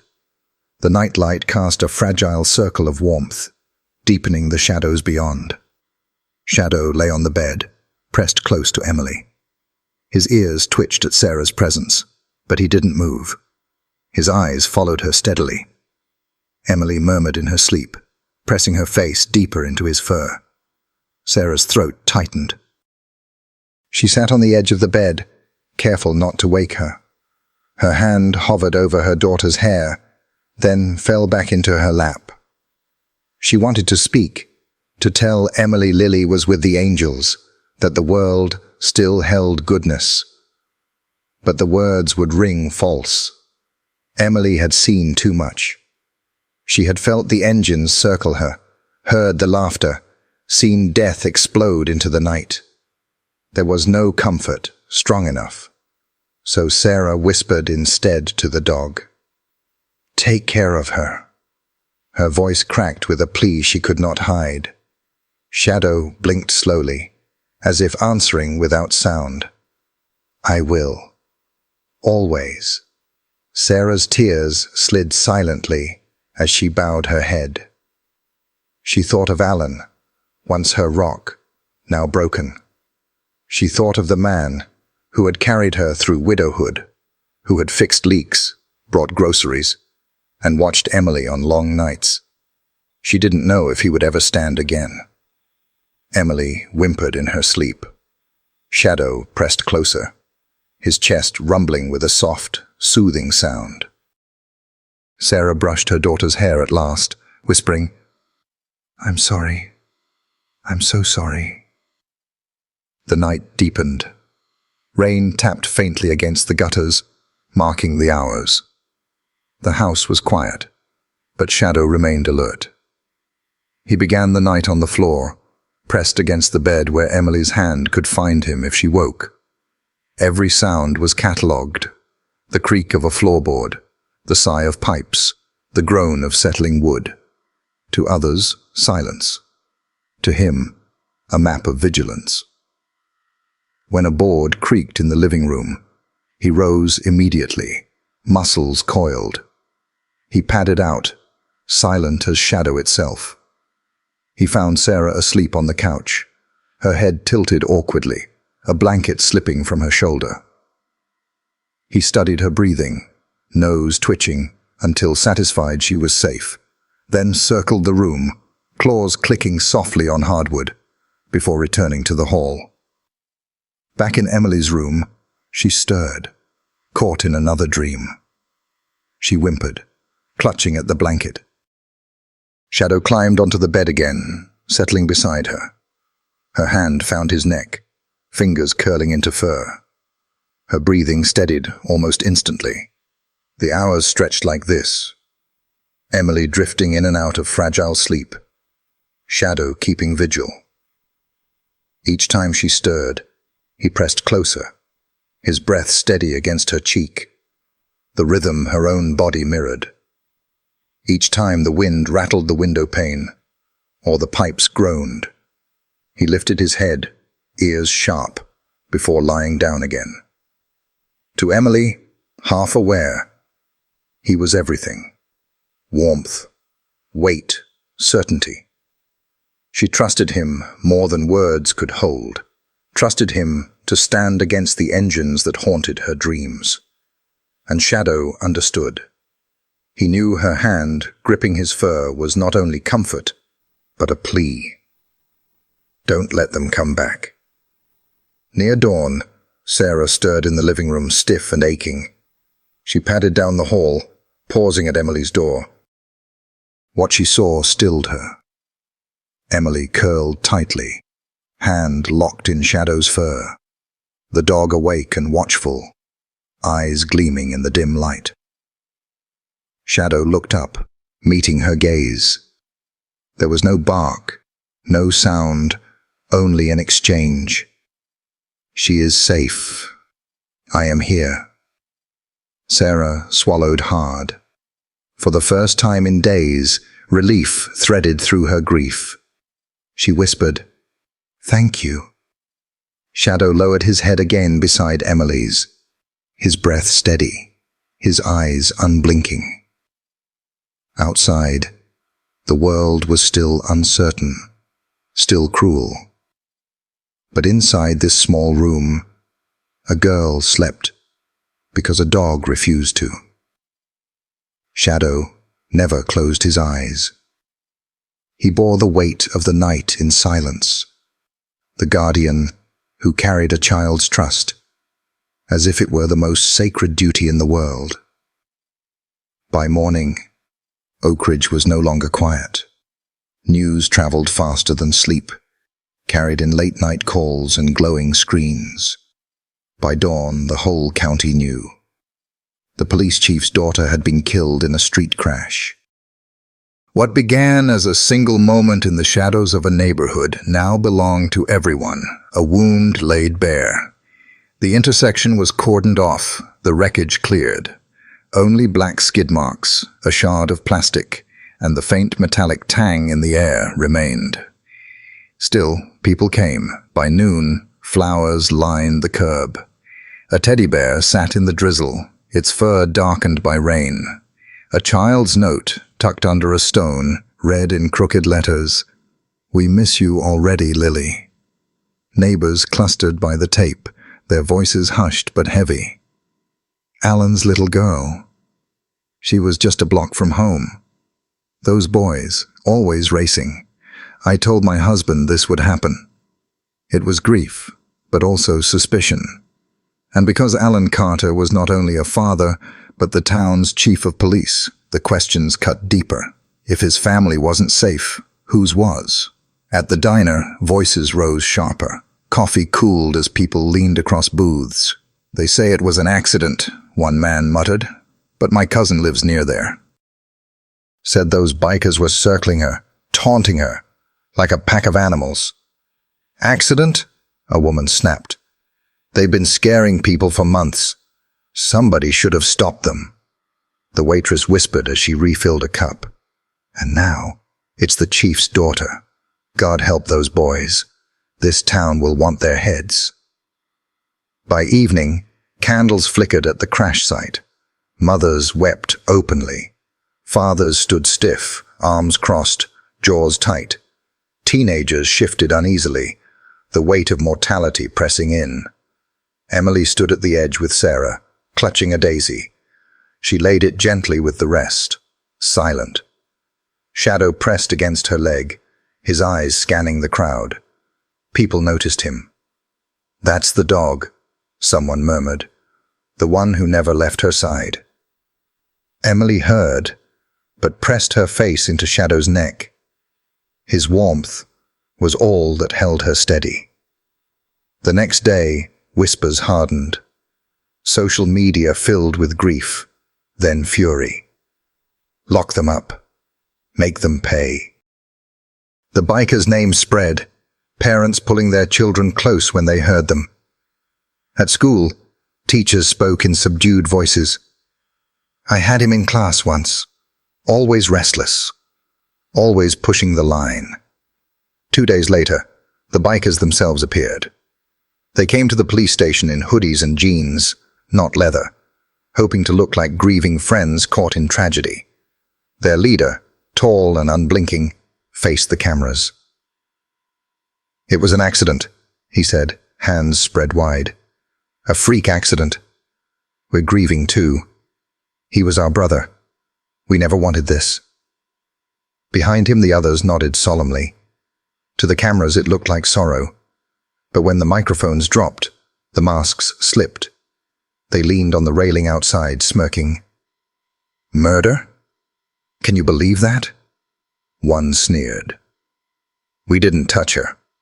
The kid couldn't handle a turn. Not our fault. Their laughter cut through the damp air. Officers nearby heard, their hands tightening around their files. The leader exhaled cigarette smoke, grinning. Chief Carter just wants someone to blame. His kid was in the wrong place at the wrong time. One younger rider shifted uneasily. Maybe we shouldn't... The leader's glare silenced him.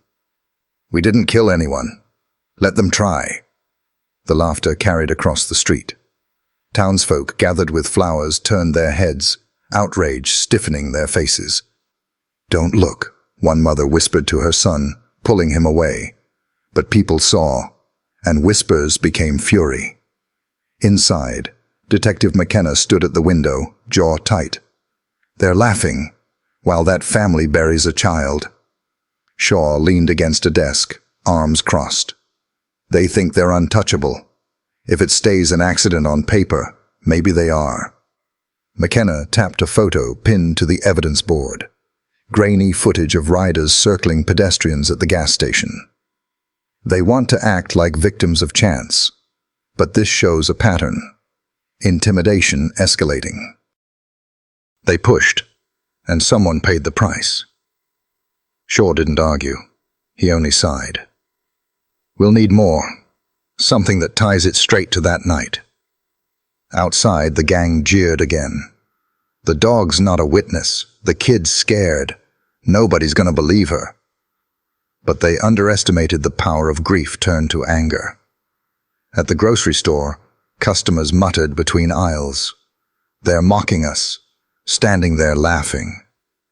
If the chief's daughter isn't safe, none of us are. Even the dog knew. We all saw it. The refrain echoed everywhere. Shadow. Shadow growled at them. Shadow never took his eyes off. Dogs don't lie. Children whispered it in awe on the playground. Shadow saved her. He knew the bad guys. In the bars on the edge of town, the story twisted. Scapegoats, one man grumbled into his beer. Kid crashed. Now the town wants blood. Dogs growl at everyone. But even he admitted, Chief's daughter dead. That won't blow over. Oak Ridge was cracking, fault lines widening with every conversation, every candle. On Sunday, the church pews filled with more talk than prayers. The pastor spoke of unity, but in the courtyard, after service, voices sharpened. The chief deserves justice. If we let those boys walk free, what does that say about us? Another man shook his head. Justice, yes, but not a witch hunt. You'd ruin young lives over a mistake? They ruined one already, a woman said, trembling. That little girl's in the ground. Shadow stood nearby with Emily, Sarah's hand resting on her shoulder. Whispers rippled even here. That's him, the one who never left her side. Emily pressed her face into his fur.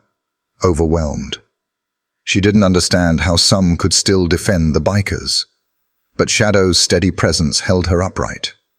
His eyes, sharp and unyielding, seemed to speak what she could not. I was there. I know. By nightfall, Oak Ridge was split in two. One side demanded accountability. The other muttered of bad luck, reckless boys who didn't deserve ruin. And in between stood a child and her dog, symbols of a truth that would not fade. Shadow was no longer just a pet. To the town, he had become a witness, a guardian, a symbol of what had really happened on that street. To Emily, he was something more, the one who had seen through the laughter, who had stood his ground when no one else had. And as the divide deepened, the town's future seemed to hinge not only on evidence, but on which truth its people chose to believe. Detective Maria Torres had seen too many cases filed under the word accident. It was the label people leaned on when truth was messy, when grief needed closure, when evidence seemed too thin. But Maria knew better. Accidents were often a mask, sometimes hiding recklessness, sometimes intent. She wasn't about to let that mask stay on this time. In the dim light of her office, she spread the files across her desk. Photos of skid marks and shattered glass. Witness statements scribbled in shaky handwriting. The official story was neat. Wet pavement, too much speed, loss of control. Neatness had never satisfied her. Her pen circled one word in a neighbor's account. Circle. The woman had sworn she saw bikers weaving around a girl and her dog before the crash. In another report, she underlined Emily's whisper. They laughed. They said my dog couldn't protect me. Maria leaned back, shutting her eyes. She could almost see it as the girl must have. Headlights, engines, a wall of riders closing in. A child's terror wasn't imagination. Fear that raw always had roots. The next morning, she was walking around the neighborhood. Autumn air carried a damp chill, leaves slick on the sidewalk. She knocked gently on doors, not as a detective demanding facts, but as someone searching for truth. At one house, a retired teacher gripped her cane, eyes glistening. I heard them, she whispered. Engines revving, going in circles. I thought it was another prank. God forgive me, I didn't look. At another, a teenager in a hoodie shifted uneasily. They were always at the gas station. Everybody knew. They liked scaring people. My dad told me to stay away from that corner. Each account added weight, not chance, but pattern. Taunts, intimidation, escalation. Her notes grew thick, each thread tightening into a rope. That evening, she returned to the Carter home. Sarah sat with Emily on the couch, shadow pressed tight against the girl's side. Maria lowered herself to the carpet rather than looming above. Emily, she said softly, I know this is hard, but can you tell me again? What happened before the crash? Emily stroked Shadow's fur, eyes down. The shepherd leaned into her, lending strength. Finally, she whispered, They circled me. They laughed. They said Shadow couldn't save me. The words trembled in the air. Maria nodded firmly. That's important, Emily. You did the right thing. Emily buried her face in Shadow's neck. The dog's gaze stayed sharp, as if he too remembered. Maria had worked with K9s. She knew what it meant when a dog's instincts refused to quiet. Shadow wasn't just a protector. He was a witness. Days later, Maria sat in the back office of Oak Ridge Market. The store manager queued up security footage, time-stamped 7:42 p.m., minutes before the crash. The camera showed the street outside, slick pavement under weak lamps. In the corner of the frame, Emily appeared, small backpack bouncing, shadow pacing at her side. Ordinary, almost. Then the bikers entered, engines roaring, headlights glaring. They slowed, circling. Tires cut wide loops around the girl and her dog. Maria's jaw tightened. Pause. The manager froze the frame. Even in the grainy light, Emily's face was visible, wide-eyed, her mouth open mid-breath. Shadow stood rigid in front of her, hackles raised, body squared. "That's not play," Maria said coldly. "That's intimidation." The manager swallowed. "At first I thought it was just kids messing around. But now, keep it rolling." The footage continued. The riders leaned low, gesturing, revving engines so smoke and exhaust burst across the frame. Emily flinched. Shadow lunged, mouth opening in what could only be a bark. One rider jerked back, laughing even as he straightened. Twice more they circled before speeding off, engines screaming into the night. The timestamp ticked forward.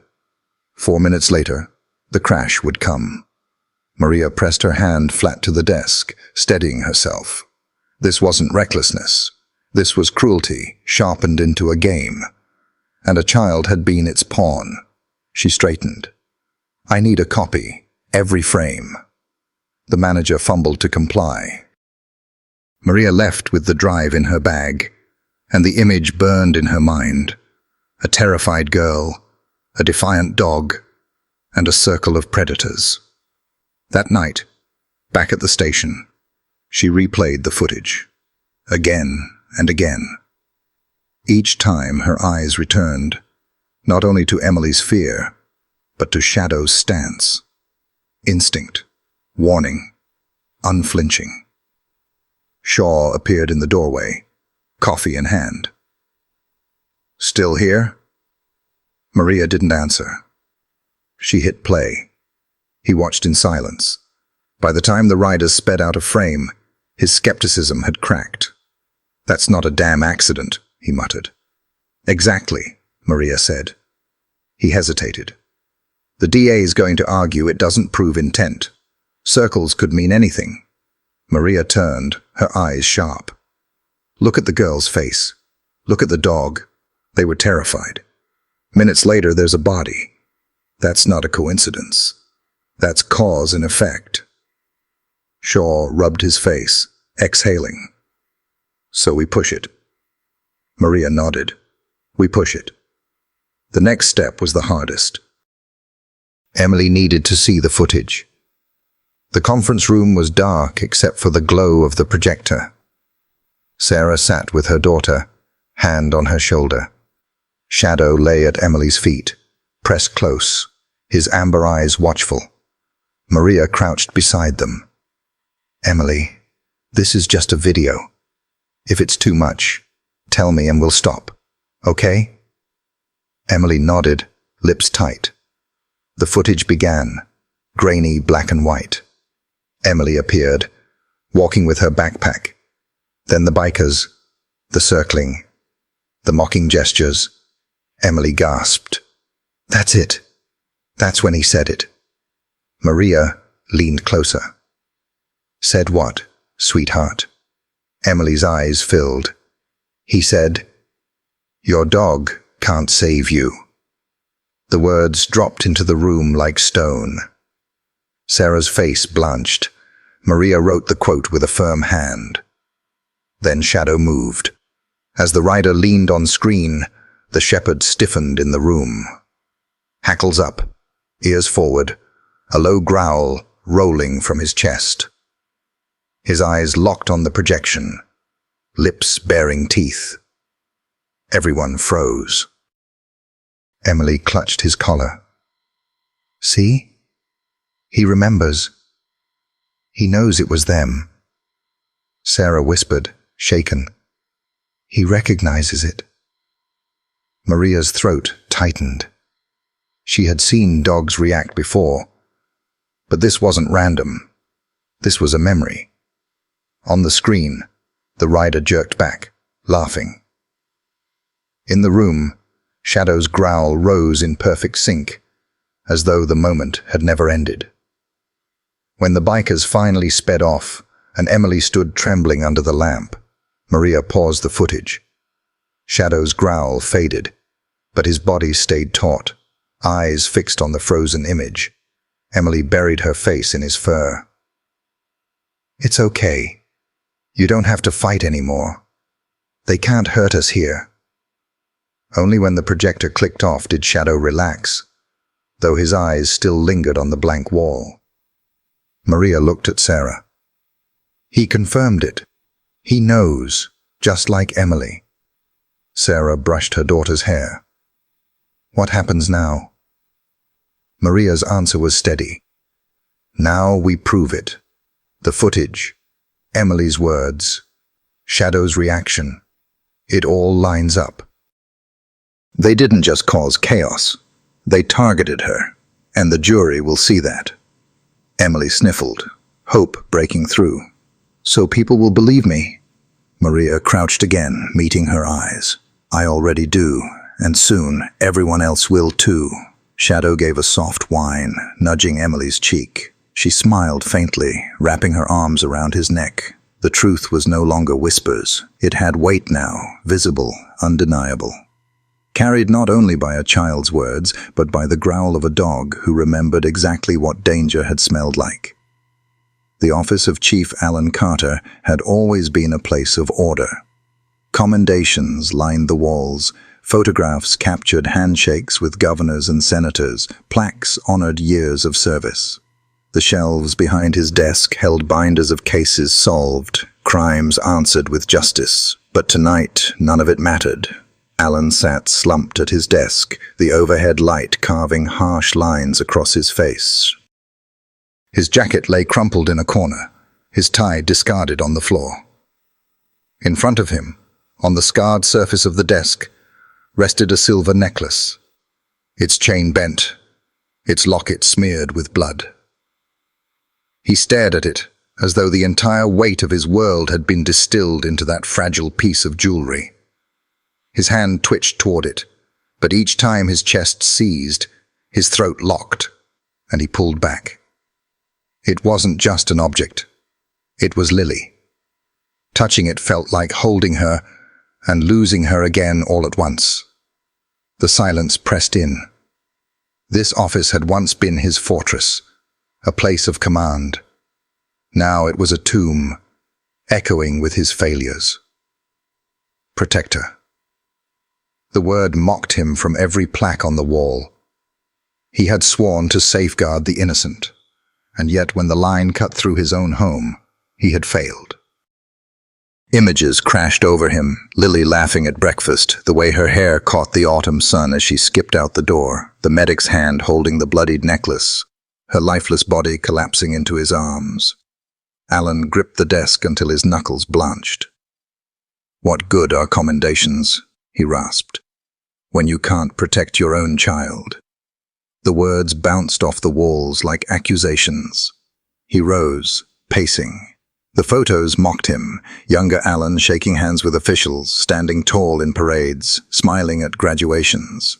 They showed strength and control, none of which he felt now. At the window, he pressed his palm against the glass. The lamplight outside glistened on wet pavement. Somewhere out there, flowers piled at the corner where Lily had fallen. And the town whispered, not about their chief, but about the father who couldn't save his daughter. "How do I lead them?" he whispered to his reflection, "when I couldn't lead her home safe?" He sank back into the chair, eyes fixed again on the necklace. Slowly, with trembling fingers, he reached for it. The cold chain bit his skin as memories surged. Lily as a child tugging at it. Lily at 10, clasping it proudly before a family photo. Lily twirling it absent-mindedly on long car rides. It wasn't just jewelry. It was her life woven through his. Tears blurred his vision. Alan bowed his head, clutching the necklace to his chest. The sob that tore out of him stripped away all rank, all armor. It was not the voice of a chief, but of a father broken. A knock startled him. Tentative, not official. He cleared his throat. "Come in." The door creaked open. Sarah stepped in with Emily at her side. The girl clutched her sweater with one hand, Shadow's leash with the other, though the shepherd hardly needed it. His gaze went straight to Alan. Alan froze. He had endured condolences from officers and officials all day, but this was different. This was family. Emily didn't rush forward.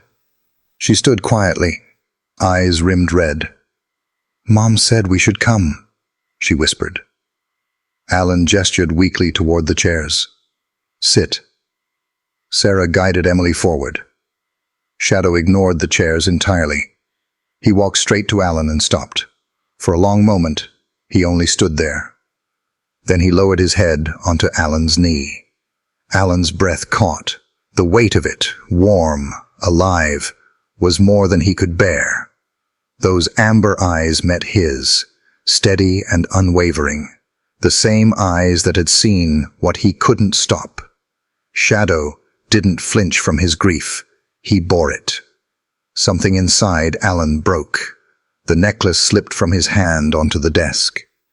His fingers buried themselves in Shadow's fur, clutching tight. His shoulders shook, and the sobs burst free.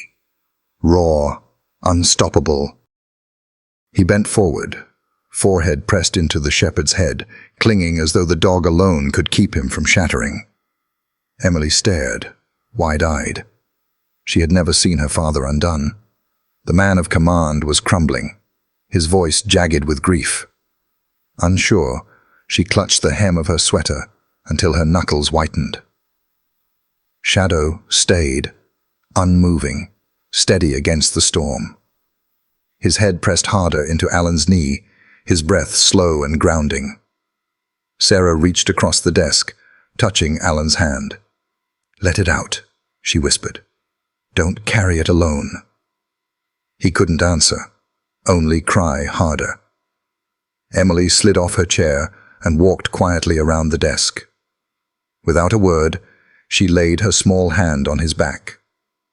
He flinched, then his body eased, his hand reaching blindly to cover hers. For the first time since the crash, they grieved together. Minutes passed. Shadow anchored them all, his body still, his presence a wall against the darkness. When Alan's sobs finally ebbed, he lifted his head. His face was wet, his eyes raw, but the dam inside him had cracked. He looked at Emily, then at Sarah, then back at the shepherd, who had not moved. "Thank you," he whispered hoarsely, unsure if he meant the words for his family, the dog, or all of them at once. The office felt changed. The grief hadn't lifted, but its grip had loosened. Amid the wreckage of sorrow, an ember of purpose flickered. Shadow lifted his head from Alan's knee and gave a quiet huff, as though reminding him despair couldn't be the final word. Alan stroked the shepherd's ears gently. "You stayed," he whispered. "You never left her, and you haven't left me." Emily leaned closer, her hand still on his arm. Sarah stood behind, silent but strong. They formed a fragile circle around him. Alan straightened, wiping his face with a handkerchief. His voice was rough, but firmer. "I can't change what's happened. God knows I'd give everything to bring her back, but I can choose what comes next." He looked at the necklace glinting on the desk. For the first time, he didn't see only loss. He saw a vow. Alan pushed back his chair and stood. His frame was weary, but command settled across him again. "I will not answer grief with rage," he said quietly. "That won't honor her. That won't heal this town. But justice. Justice will." Emily's eyes lifted. "Justice?" He knelt, cupping her shoulder. "Justice means the truth is told. Those who mocked you, who circled you, who turned that night into cruelty, They will face the law, not because we hate them, but because Lily's life deserves the truth, and so does yours. Tears welled, but Emily nodded, chin trembling with resolve. She hugged him tightly. Alan held her close, whispering, "I will not fail you too." When she stepped back, Shadow pressed his head against Alan's chest. Alan laid his hand on the dog's head. "Steady now." "You were braver than all of us," he whispered. "If you can stand, so can I." Sarah's eyes shone. She had feared he would never rise again, but now she saw the faintest thread of strength return. Alan walked to the window, pulling the blinds aside. Beyond, the streetlights glistened on damp pavement, flowers piled at the corner where Lily's life had ended. His reflection stared back, weary but resolute. They think they can laugh their way through this, that they can hide behind the word accident. But truth has weight, and this town will not carry their lies forever. He turned, jaw set. "I will see it through, not as a father lashing out, but as a chief, through evidence, through testimony, through the law. That's how I'll honor her. That's how I'll protect the rest of them." Shadow rumbled low, as if in agreement. Emily's small hand tightened in his fur. Alan slipped the necklace into his pocket, not as a relic of despair, but as a reminder of the vow he carried. His voice was quiet, but steel ran through it. "We go forward, and we do it the right way." For the first time since that night, the office felt different. No longer a tomb of grief, but the place where a vow had been forged. And it was Shadow, silent, steadfast, who had lit the spark that steadied Alan Carter again. The courthouse smelled of old wood and dust, a place where history lingered in the walls. Oakridge had never seen such a crowd. Reporters pressed into the back. Townsfolk whispered in tight knots, all eyes fixed on the front, where justice would decide its course. At the defense table sat the bikers. No leather jackets or mocking grins today. Only clean shirts and forced composure. Yet their eyes betrayed them. Some restless, some defiant, all shadowed by what lingered unspoken.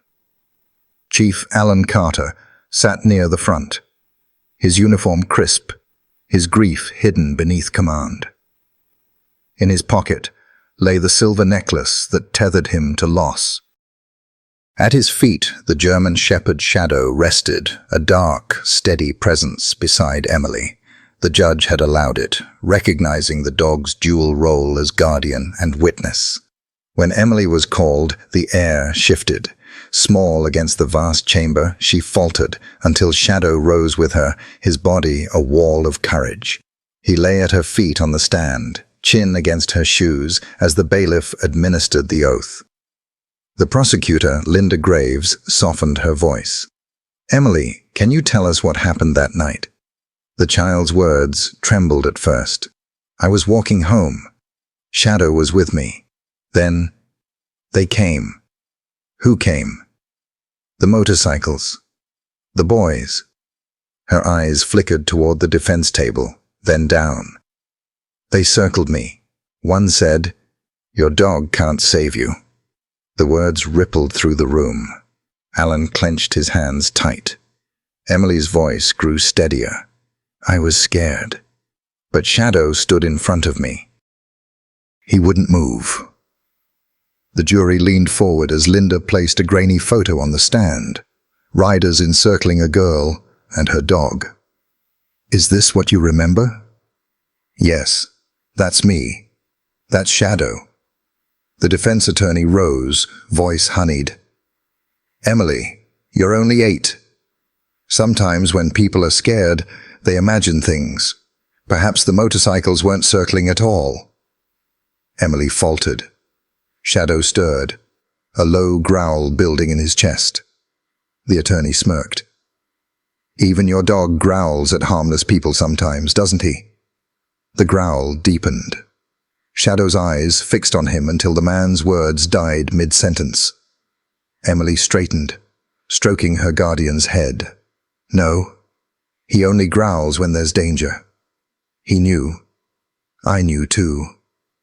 Her words landed harder than evidence. Silence held the room. When asked why she had brought Shadow to court, Emily whispered, "Because he never let me be alone. Because he tells the truth." The trial pressed on. Defense attorney Gerald Harlan rose with practiced calm.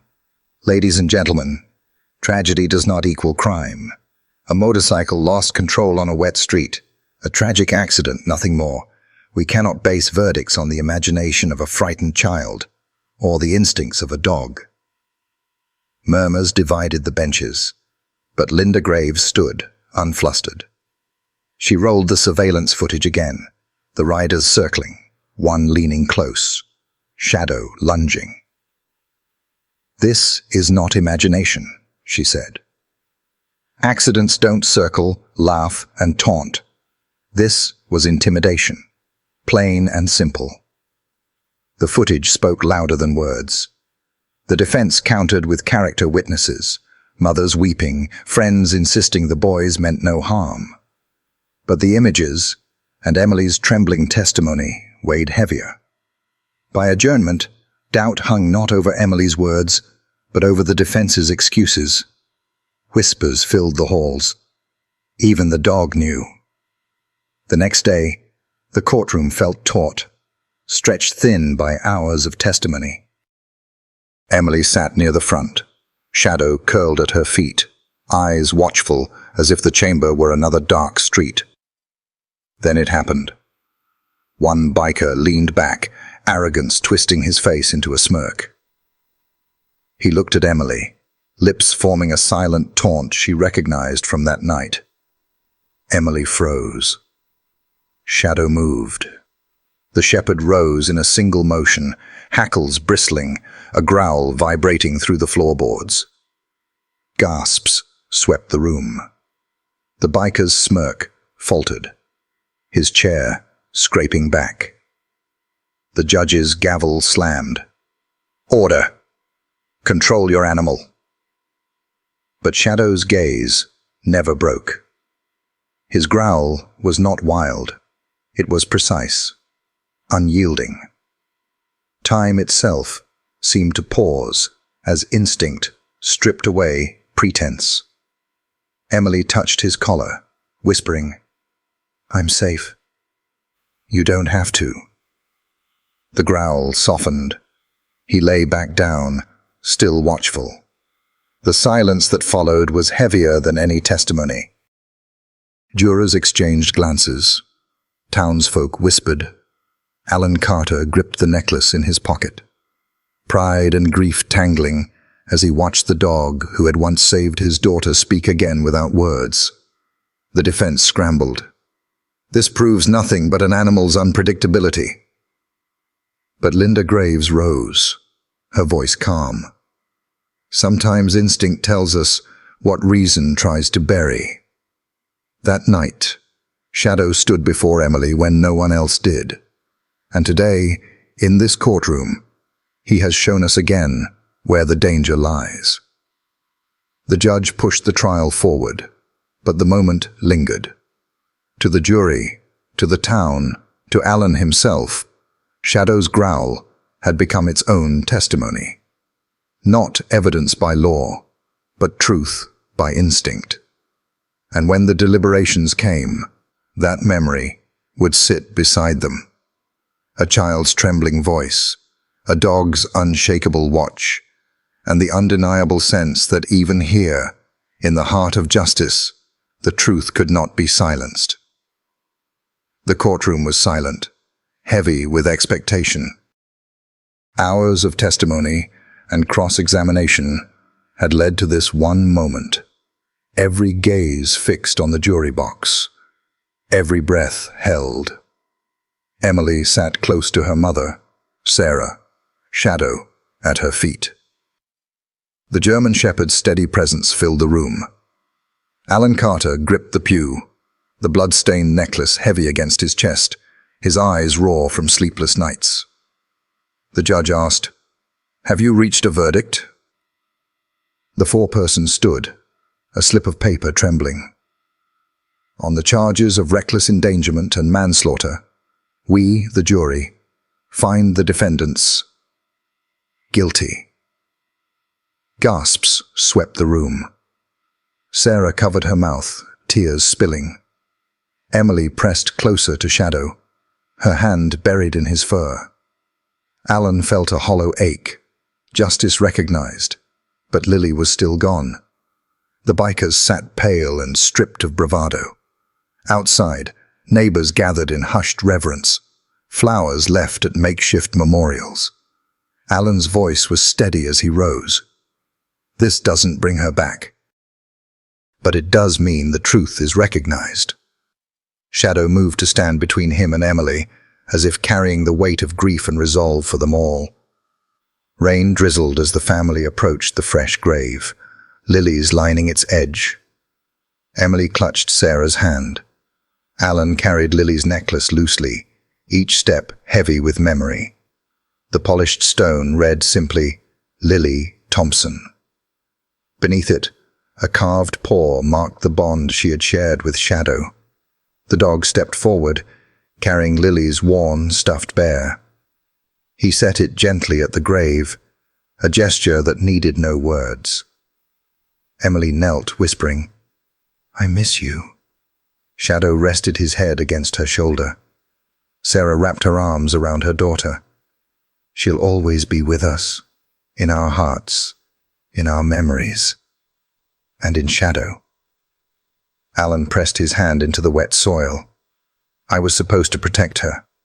I failed." Shadow leaned into him, silent but steady. Emily touched the bear, her voice stronger now. "She would want you to keep being brave, Shadow." His tail thumped softly in reply. Rain streaked down the granite as flowers and prayers were offered. Alan's voice grew firmer. "We'll honor her every day, by loving harder, by protecting each other."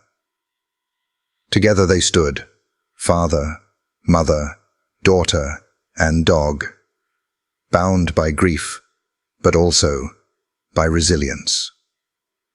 Shadow lowered himself beside Emily, eyes fixed on the grave, his loyalty unbroken. Months later, the town breathed differently. Quieter, softer, scarred, but still moving forward. The crash site faded from public view, but its memory lingered in those who had lived it. Emily walked home from school through misty streets, Shadow pacing at her side. She was slower now, cautious, but steady, strengthened by his presence. Neighbors greeted her gently, acknowledging both her loss and her courage. Shadow's calm gaze seemed to reassure not just Emily, but the town itself. From his porch, Alan watched them, the ache in his chest tempered by pride. He remembered the rain-soaked morning at the grave when Shadow had pressed against him, allowing grief to flow. Now he saw Emily and the dog walking in rhythm, child and guardian, carrying life forward. At the corner, Emily whispered, "Come on, boy." Shadow nudged her hand and matched her stride. Alan realized justice wasn't only in verdicts. It lived in loyalty, in presence, in love that endured. Inside their home, Shadow settled by the window, Emily sinking into the couch, finally safe. Alan remained on the porch, breathing deeply. The wound of loss would never vanish, but healing had begun, in Emily's resilience, in Shadow's steadfast guardianship, in the quiet strength that bound them together. The world could be cruel, justice imperfect. Yet love and loyalty endured, carried in the heartbeat of a German shepherd who never turned away. He remembered that morning at the grave, the drizzle that had soaked their clothes and blurred the world into muted grays. He had felt broken then, hollowed out by failure and grief, but Shadow had been there, resting his head against Alan's knee, silently inviting tears to flow. It was a lesson in vulnerability that the chief had never wanted to learn, but had needed all the same. And now, months later, the dog's loyalty still carried the weight of that lesson. Emily paused at the corner where the sun occasionally peeked through the clouds, light dancing on the wet asphalt. She turned slightly to look at Shadow, brushing a damp strand of hair from her forehead. "Come on, boy," she whispered, voice soft yet full of quiet determination. The dog nudged her hand gently with his nose, then fell back into his easy stride, a silent companion in a world that no longer demanded constant vigilance but still required gentle care. Alan's heart throbbed with a complex mixture of pride, grief, and lingering sorrow. He could not undo the past, nor could he bring Lily back, but he could honor her memory in every choice he made from that point forward. Watching Emily walk, shadowed by the unwavering presence of a German shepherd who had known fear, danger, and loss, he realized that sometimes the voice of justice, the measure of protection and loyalty, was not carried by words, by verdicts, or by courtrooms. It was carried in actions, in presence, in the steadfast gaze of a creature who never turned away. The town around them seemed to acknowledge this too, in subtle ways. The cafe at the corner opened earlier than usual, offering the smell of fresh coffee and warm bread to anyone who passed. A small cluster of children played in the park, their laughter faint but genuine, weaving through the mist. And yet, even in these quiet signs of life, Emily and Shadow were a thread of continuity, a reminder of resilience. Shadow occasionally sniffed the air, alert but calm, ensuring no hidden danger disturbed the fragile peace that had settled over the town. Emily's pace slowed as they approached the familiar row of houses that marked the edge of her street. She could see the familiar shapes of neighbors watering gardens, hanging laundry, and greeting the day with cautious optimism. Shadow stopped beside her, tail low but steady, ears twitching toward the hum of life around them. Emily knelt, running her hands through the dog's thick fur, feeling the warmth and the heartbeat that had once guided her through terror, now pulsing steadily beneath her palms. Alan had followed them at a distance, careful not to intrude, but unable to resist the pull of paternal concern and protective instinct. He watched as Emily reached her front door, her key sliding into the lock with a practiced ease, then turned to glance at Shadow. The dog's gaze met hers, unwavering, and in that moment, words were unnecessary. Shadow had carried her through fear, had borne witness to loss, and now, months later, his quiet presence was a bridge to normalcy, a measure of the peace they had all fought so hard to reclaim. Inside the house, the warmth was tangible, the faint scent of home-cooked meals and clean laundry enveloping them. Emily set down her backpack, and Shadow moved to his favorite corner by the window, ears alert but posture relaxed. She sat on the couch, leaning back, eyes closing briefly, as the adrenaline of vigilance began to ebb. Outside, Alan remained on the porch, taking in the sight of a town slowly healing, his daughter safe and resilient, guided by the loyalty of a dog who had never abandoned her. The rain had stopped entirely, leaving a soft mist that clung to the edges of leaves and street lamps. The town seemed quieter now, but not empty. Shadows of the past remained, memories of grief and loss that would always exist, but alongside them were the echoes of courage, the traces of loyalty, and the quiet heartbeat of healing. Alan allowed himself a deep breath, feeling the ache in his chest soften just slightly. There would be moments of pain, sudden recollections, and quiet grief. But in those moments, he knew that the loyalty of Shadow, the courage of Emily, and the enduring bond they shared would be the steadying force, the quiet voice that spoke louder than any verdict or public applause ever could. And as Emily and Shadow disappeared into the warm glow of their home, The chief remained, watching, heart heavy but steadier. One truth stood clear above all else. The world could be cruel and justice imperfect, but love, loyalty, and the silent presence of those who never turned away could carry the weight of loss, and perhaps in time make a broken world feel whole again. In the silence that followed, punctuated only by distant sounds of life continuing, Alan finally allowed himself to feel the beginnings of peace. Shadow's silhouette at the doorstep, alert yet relaxed, had become more than a companion. It was a reminder that even in the absence of words, the language of loyalty could heal, guide, and protect. And sometimes, that was enough. Through every twist of fate, every shadowed street and stormy night, one truth shines clearly. The loyalty of a German shepherd, or any devoted dog, is a language of love all its own. They notice the unspoken, sense danger before we do, and offer comfort when words fail. In their quiet presence, we learn patience, courage, and the depth of connection that exists beyond human conversation. Shadow's unwavering devotion reminds us that the truest companionship often comes with pause and a steady heartbeat beside ours.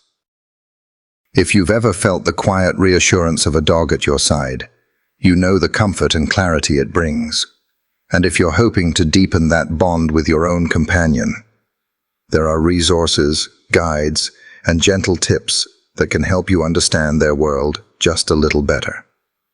I've come across one that's simple, compassionate, and easy to follow.